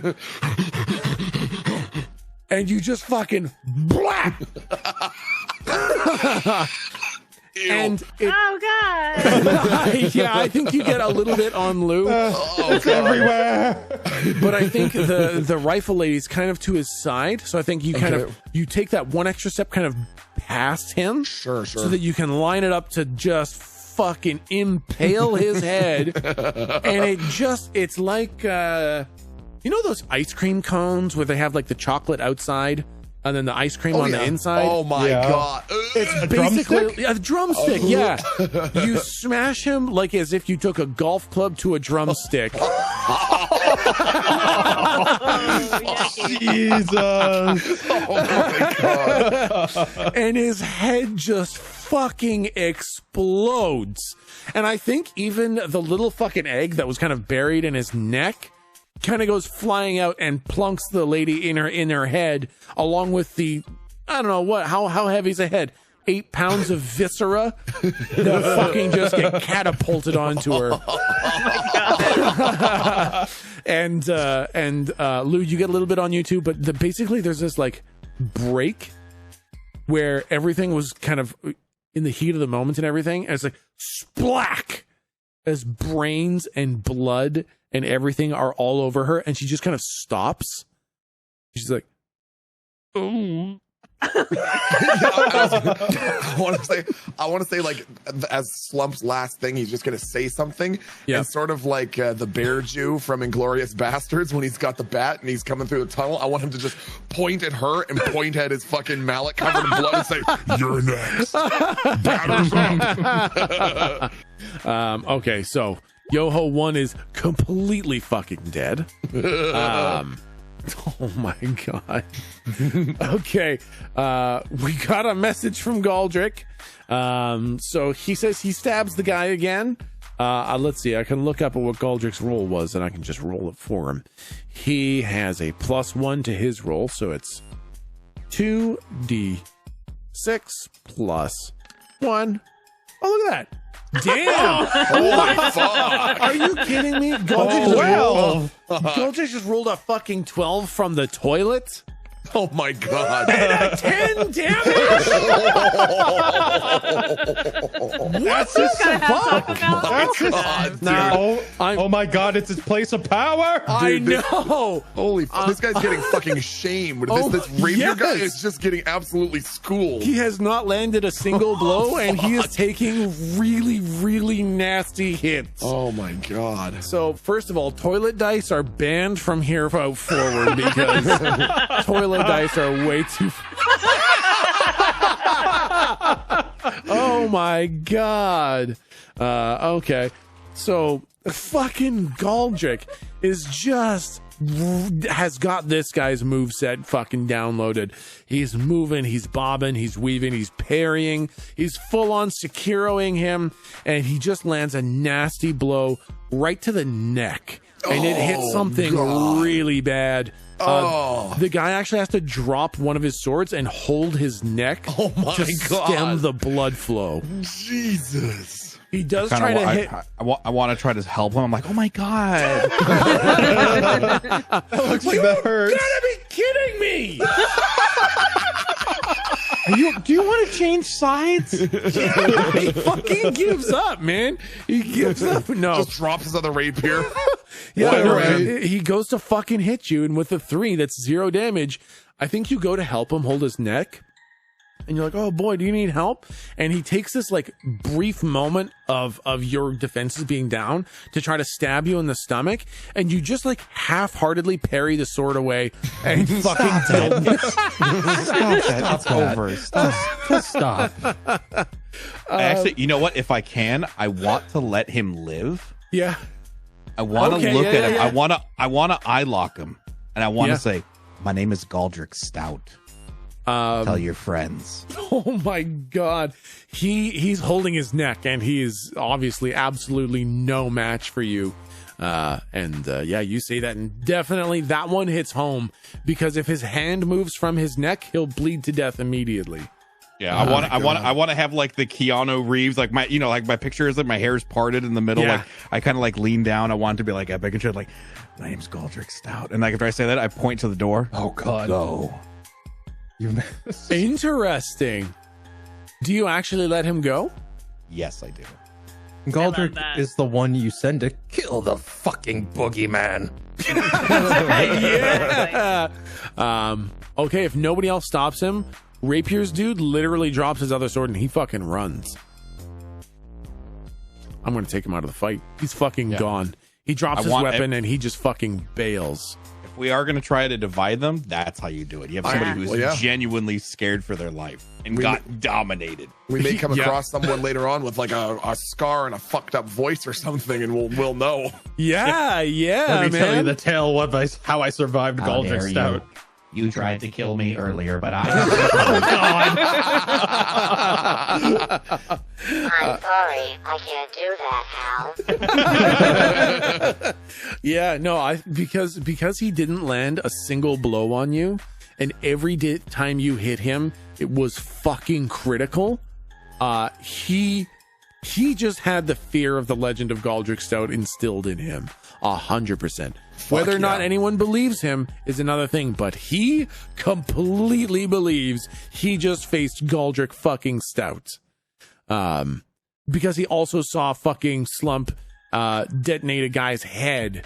And he's not feeling great. Now, Rifle Lady is not shook up. She's still fucking in this for sure. Lou, it's your turn. Ooh. So Egg Guy is dead. Yep. So it's only Rifle Lady is left. Yep, correct. Okay. Well, who's I think Slump is after me, is that right? Is the next in the no, Lastiel. After you is Rifle Lady. Right. And then it's Locke. And then it's Locke. Excellent. Yeah. So then I'm gonna cast I'm gonna try and cast Bless on Locke to give him a +1. Yeah. I like how now Bless is a meme, even though it's legitimately a good spell. Yeah, okay, go ahead and try to cast Bless. Okay. Please. That's wisdom. Dice gods. Oh, are you kidding me? Oh, Bless is gone. Oh my god. She's gone. Lou, don't forget to mark your 2 experiences. Yes, for sure. Lou leveled up 10 times tonight because literally every single fucking dice roll has been fucking fail. Oh, I literally did just level up. Yeah. Oh, nice. Okay, good. Nice. The one fucking takeaway from everything. You lost this, you lost that, you can't do magic weapon, you can't do bless anymore. Nothing happens and you lose the spell. And I'm sorry that this game isn't fun for you. Stupid fucking game. Now I'm level 3 now and I get a whole new set of spells. I'm very okay, excited. good. Yeah, you lost that one, but now you got another new spell. Okay, exactly. Good. My God, the dice have been cruel to you. Okay, unfortunately, you do not get the spell Bless on Mr. Locke, and you don't have the spell at all anymore until you commune with God.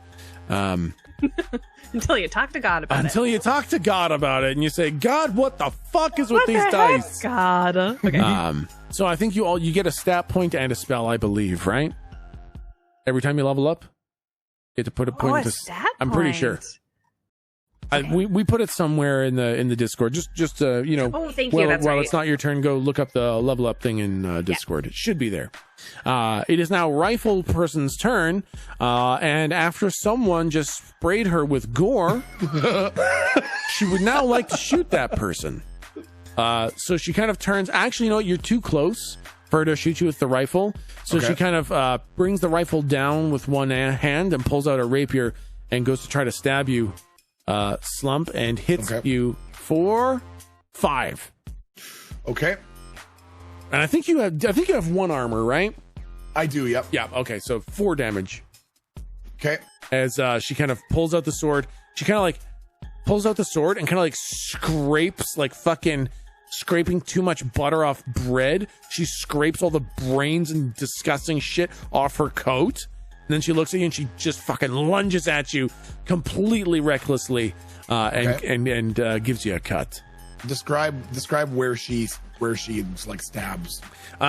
So I think she goes to stab you in the chest. Okay. But because you literally have that like fucking unarmored fucking armor, I think it doesn't stab. I think it kind of goes into the skin.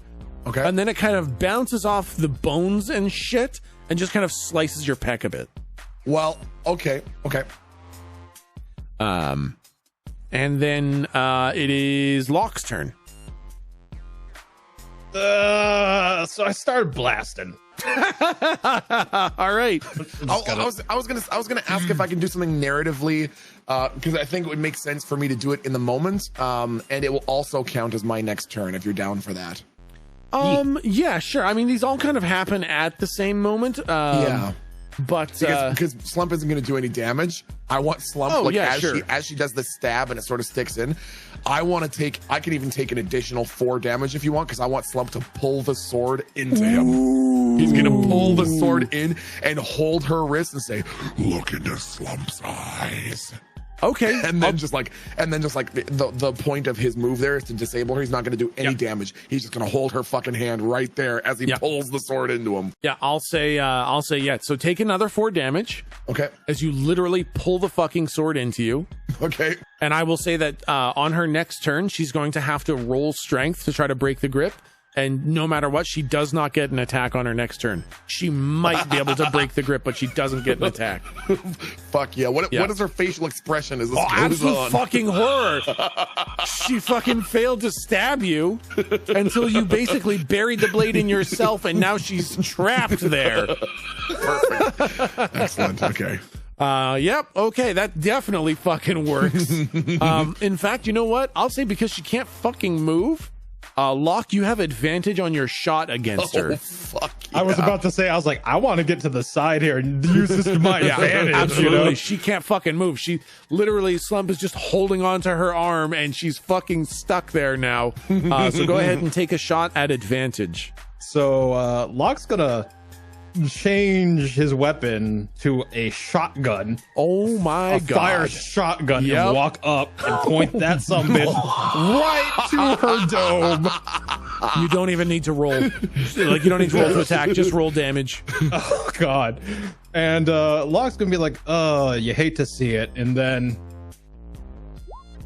oh god, come on, really? Now I think I'm actually gonna call this a coup de grace. I'm gonna negate the damage roll altogether, because this is teamwork where Slump has fucking immobilized her and you have pointed your gun directly at her head and she can't get away. This is a coup de grace. It is a killing blow, no damage needed. You just fucking blow her entire fucking head off right there. So he finishes what he was saying, slip and fell down the stairs. God damn. Let me know if you find the ship down there. And the Yoho boys have been dealt with. And I think that might be a good place to call it for tonight, actually. I think that's a good solid stopping point, guys. Yeah, I'm excited to see what happens once we detail those events to Captain Redwood. Captain Rose. Captain Rose. Yeah. I'm interested to see what Captain Rose thinks when she fucking comes outside and sees what I guess there's technically 2 headless yo-ho boys in the fucking hallway now. 2 headless fucking yo-ho boys in the hallway. Yep. And a huge trail of blood leading down the stairs where the other guy ran away holding his neck. Exactly. And Slump is sitting there with a sword sticking out of his chest going, oh, that's really in there. Yeah, no, fucking well done, guys. Holy shit. That was awesome. Fucking awesome. That was some of the best fucking combat we've done. That was unreal. I am loving combat in this system. Yeah. It really feels good. Oh my god, it feels so good. Yep. Everyone has kind of small health pools. Yes. The damage is fucking huge. It moves quick. It feels like there's not a billion rules to overcome. Like, the combat in this feels fantastic. I love Really, Dungeon really World good. for combat. So fuck yes. Fuck yes. Thank you guys so much. We're back on the Mar train. Back next week. Same time, same place. Thank you guys so much for playing. Fuck yeah. Thank you so much. And I'm really glad to be back in action with the weekly Mar, man. Hell yes. Yep. All right. I'll see you guys again next week. See you guys next week. Bye.